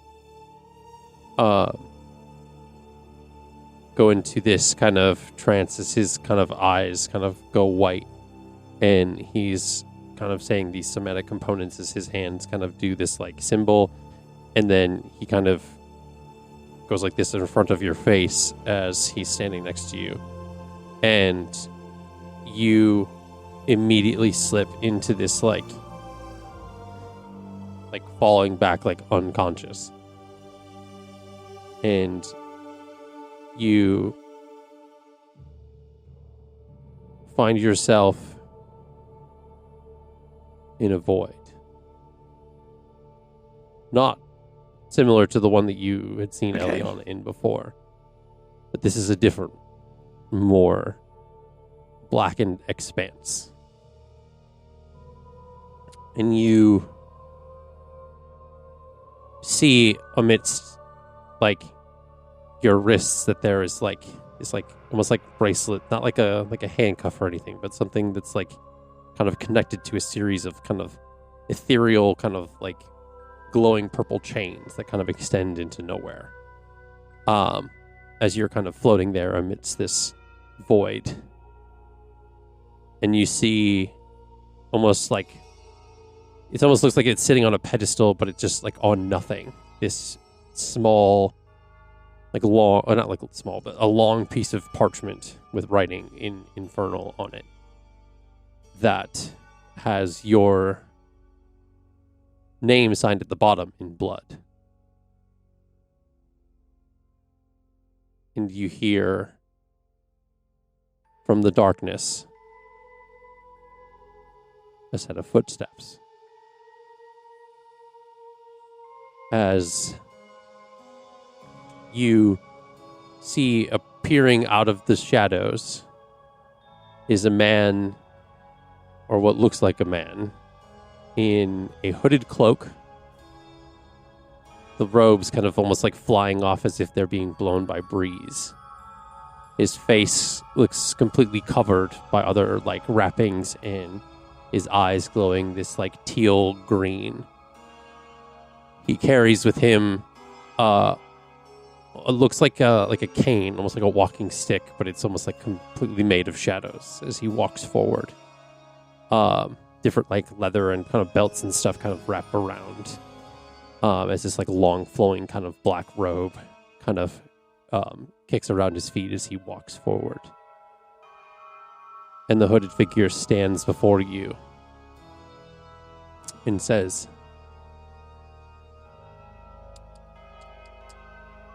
"Did you not learn before that this is a contract you made an agreement, and the more you try to find loopholes and ways out of it, you just suffer consequences. When will you ever learn? We had a deal. You bring me souls, and I keep your mother's in her body. You do not like that deal.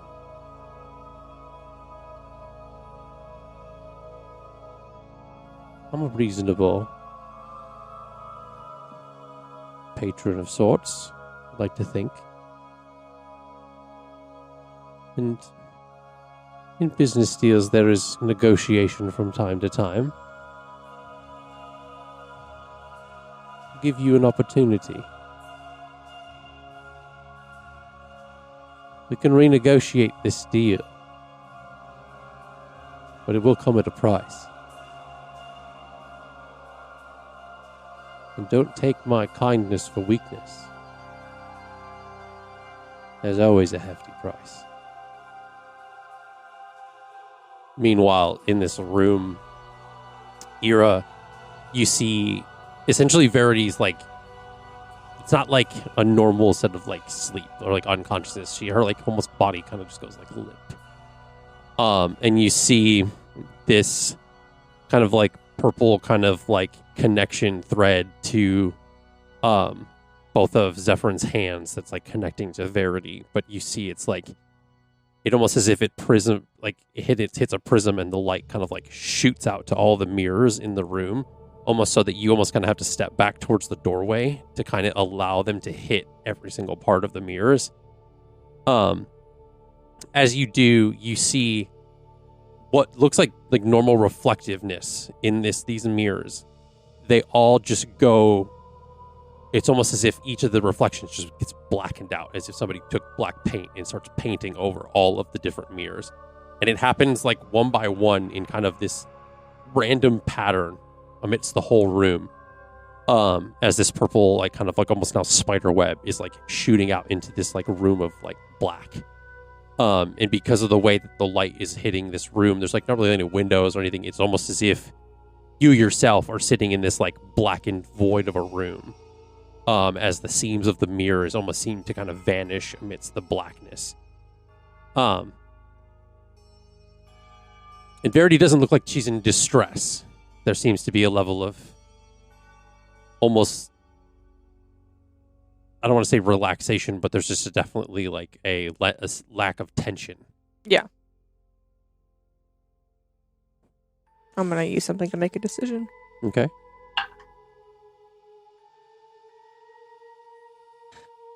And the break is a 10 or not, and then you roll a 10. We'll do it again then. That's better. That's a decision. Okay. I was rolling to see whether or not I wanted to provide guidance to the priest, but I rolled below a 10, so I will not be providing guidance to the priest. So you're just going to kind of just stay out of the way, support and observe. Mm-hmm. Okay. Also, just for shits and gigs, I think I made all your stay back with Jax. That's fair. Back in this expanse. My body is shaking right now.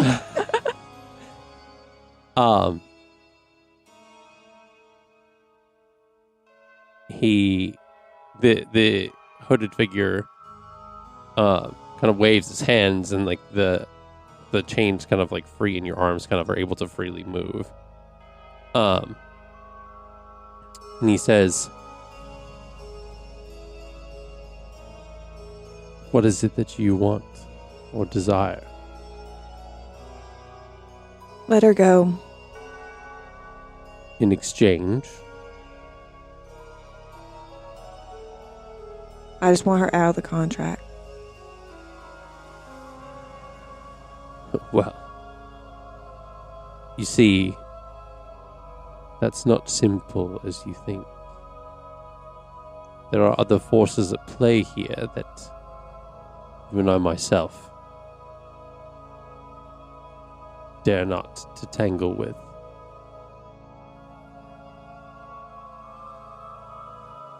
We wouldn't want to make Daddy mad, now would we?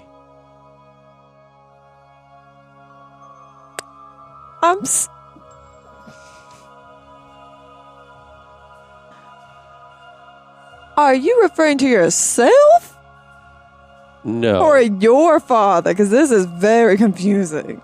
I'm referring to your Yeah. father. I was like,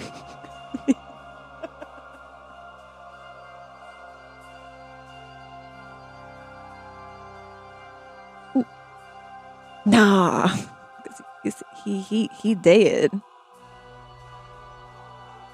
It's best people think he is, given the circumstances. But I'll make a counter offer. Because there is a cure for your mother. I just cannot facilitate it. That you'll have to find elsewhere. But I will say, I've done enough damage that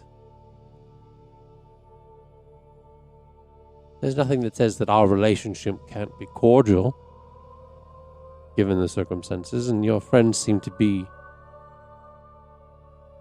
capable enough, given that they can take down a god.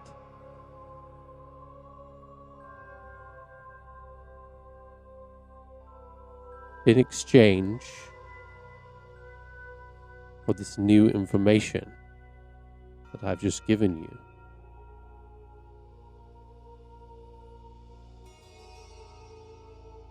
our relationship can be friendly, in that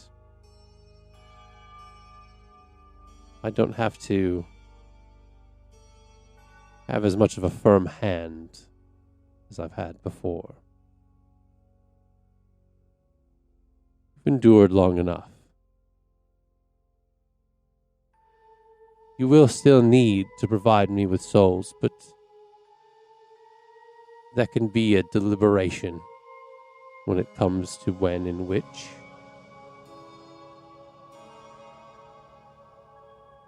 You've satiated my hunger enough. But let's make sure I do not get famished. Or then we wouldn't have a very good friendly relationship now, would we?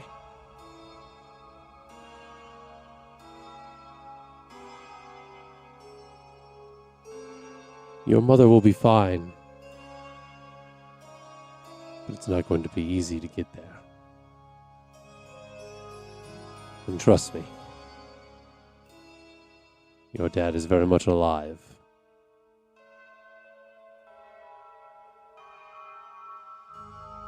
Well, fuck him.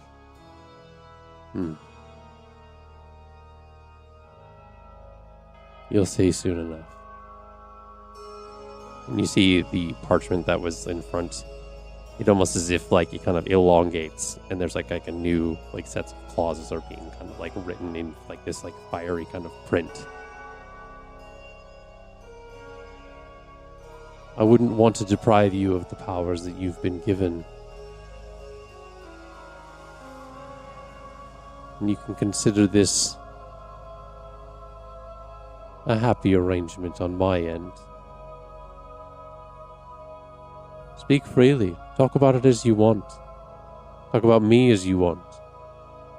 It's not going to hurt my feelings, and it won't hurt you anymore either. You can be free to live your life.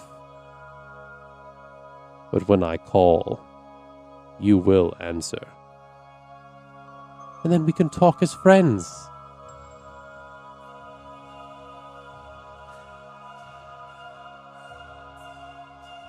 And where does my mother fall into all this? That's for you to decide.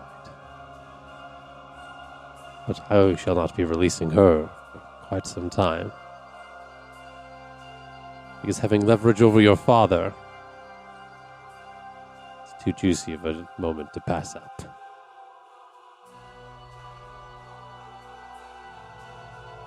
Ta-ta for now. And Wait. Okay. pushes you back, and you kind of like come to back in this room. Very much shaking. The mirrors kind of, as she kind of wakes up, it's almost in this exact same instance that all the mirrors like pop back to what they were. And Zephyrin like, Did it work? and you see like on the palms of his hands, it's almost as if there's blood like on his hands. Can I go up to him and... He doesn't look like their like hands are cut or anything. Oh, they're has just blood present. Yeah, just blood Is present. I would like to check out Verity. Is she injured? No wounds. Maybe not physically. Did it work? Are you... A new clause was added. What?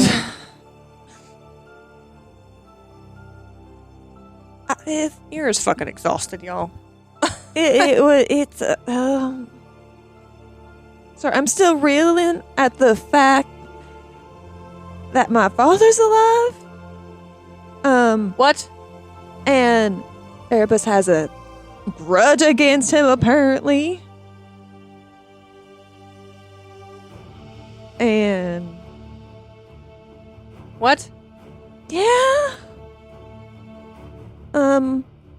So do you still have to, like, is your mother alive? Is she gone? Like, It won't let her out of the contract. okay. Did you even try to end it?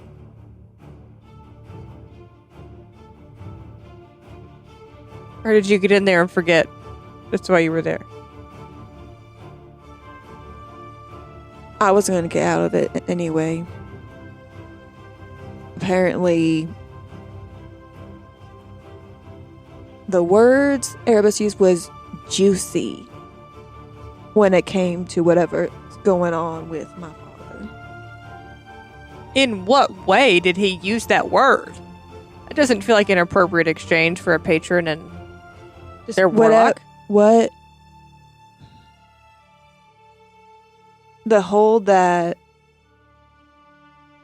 it has over my mother is too juicy to let go because of what will happen with. So you thought your father was dead? I mean, we were. Did you see his body? No one saw it. I mean, it was just one day they showed up and said that he was just missing. Well, missing doesn't. No one's ever dead unless you see the body. You gotta see the body. He went on a mission and they hadn't heard from him in months, and they just assumed he was dead. And I mean, it's been, 8 years or something like that. Longer? No, it's been longer than that. Were you little? Let's see here. This poor guy's just sitting here. I'm trying to do math here. There's an 8-year difference between Nadine and Verity. I was about 10. Oh, so you were little. Yeah, How old is Verity now? 26. Oh. So 16 years. Whole baby. You were a whole baby. Nadine was 2. So, what now? You still gonna write names in your book and you're gonna have to bite off your tongue when you think about them, or? No, I have more free will with that, but it's more so when the names do pop up, I have no choice in that matter. So if it's me. We'll get to there if we ever get to it. I'd rather not think about it.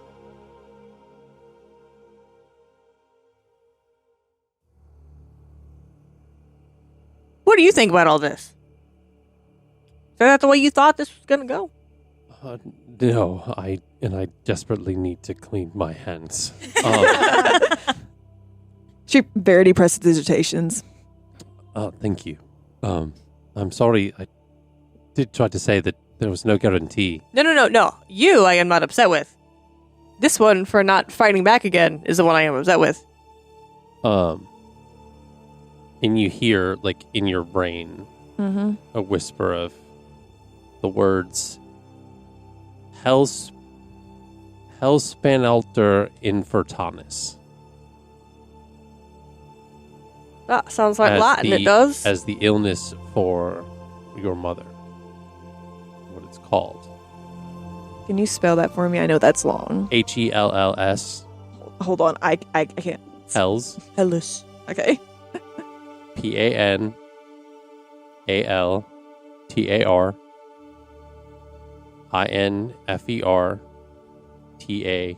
INFERTANIS. And the Infertanis is it's a second word, so it's 2 words. Okay. I can send it to you individually later. Please. Yeah. Please. Yeah. Because Um, that's a long ass word. yes.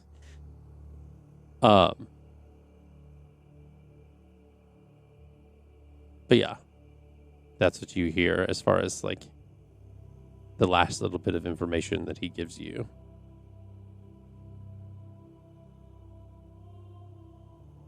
There's a.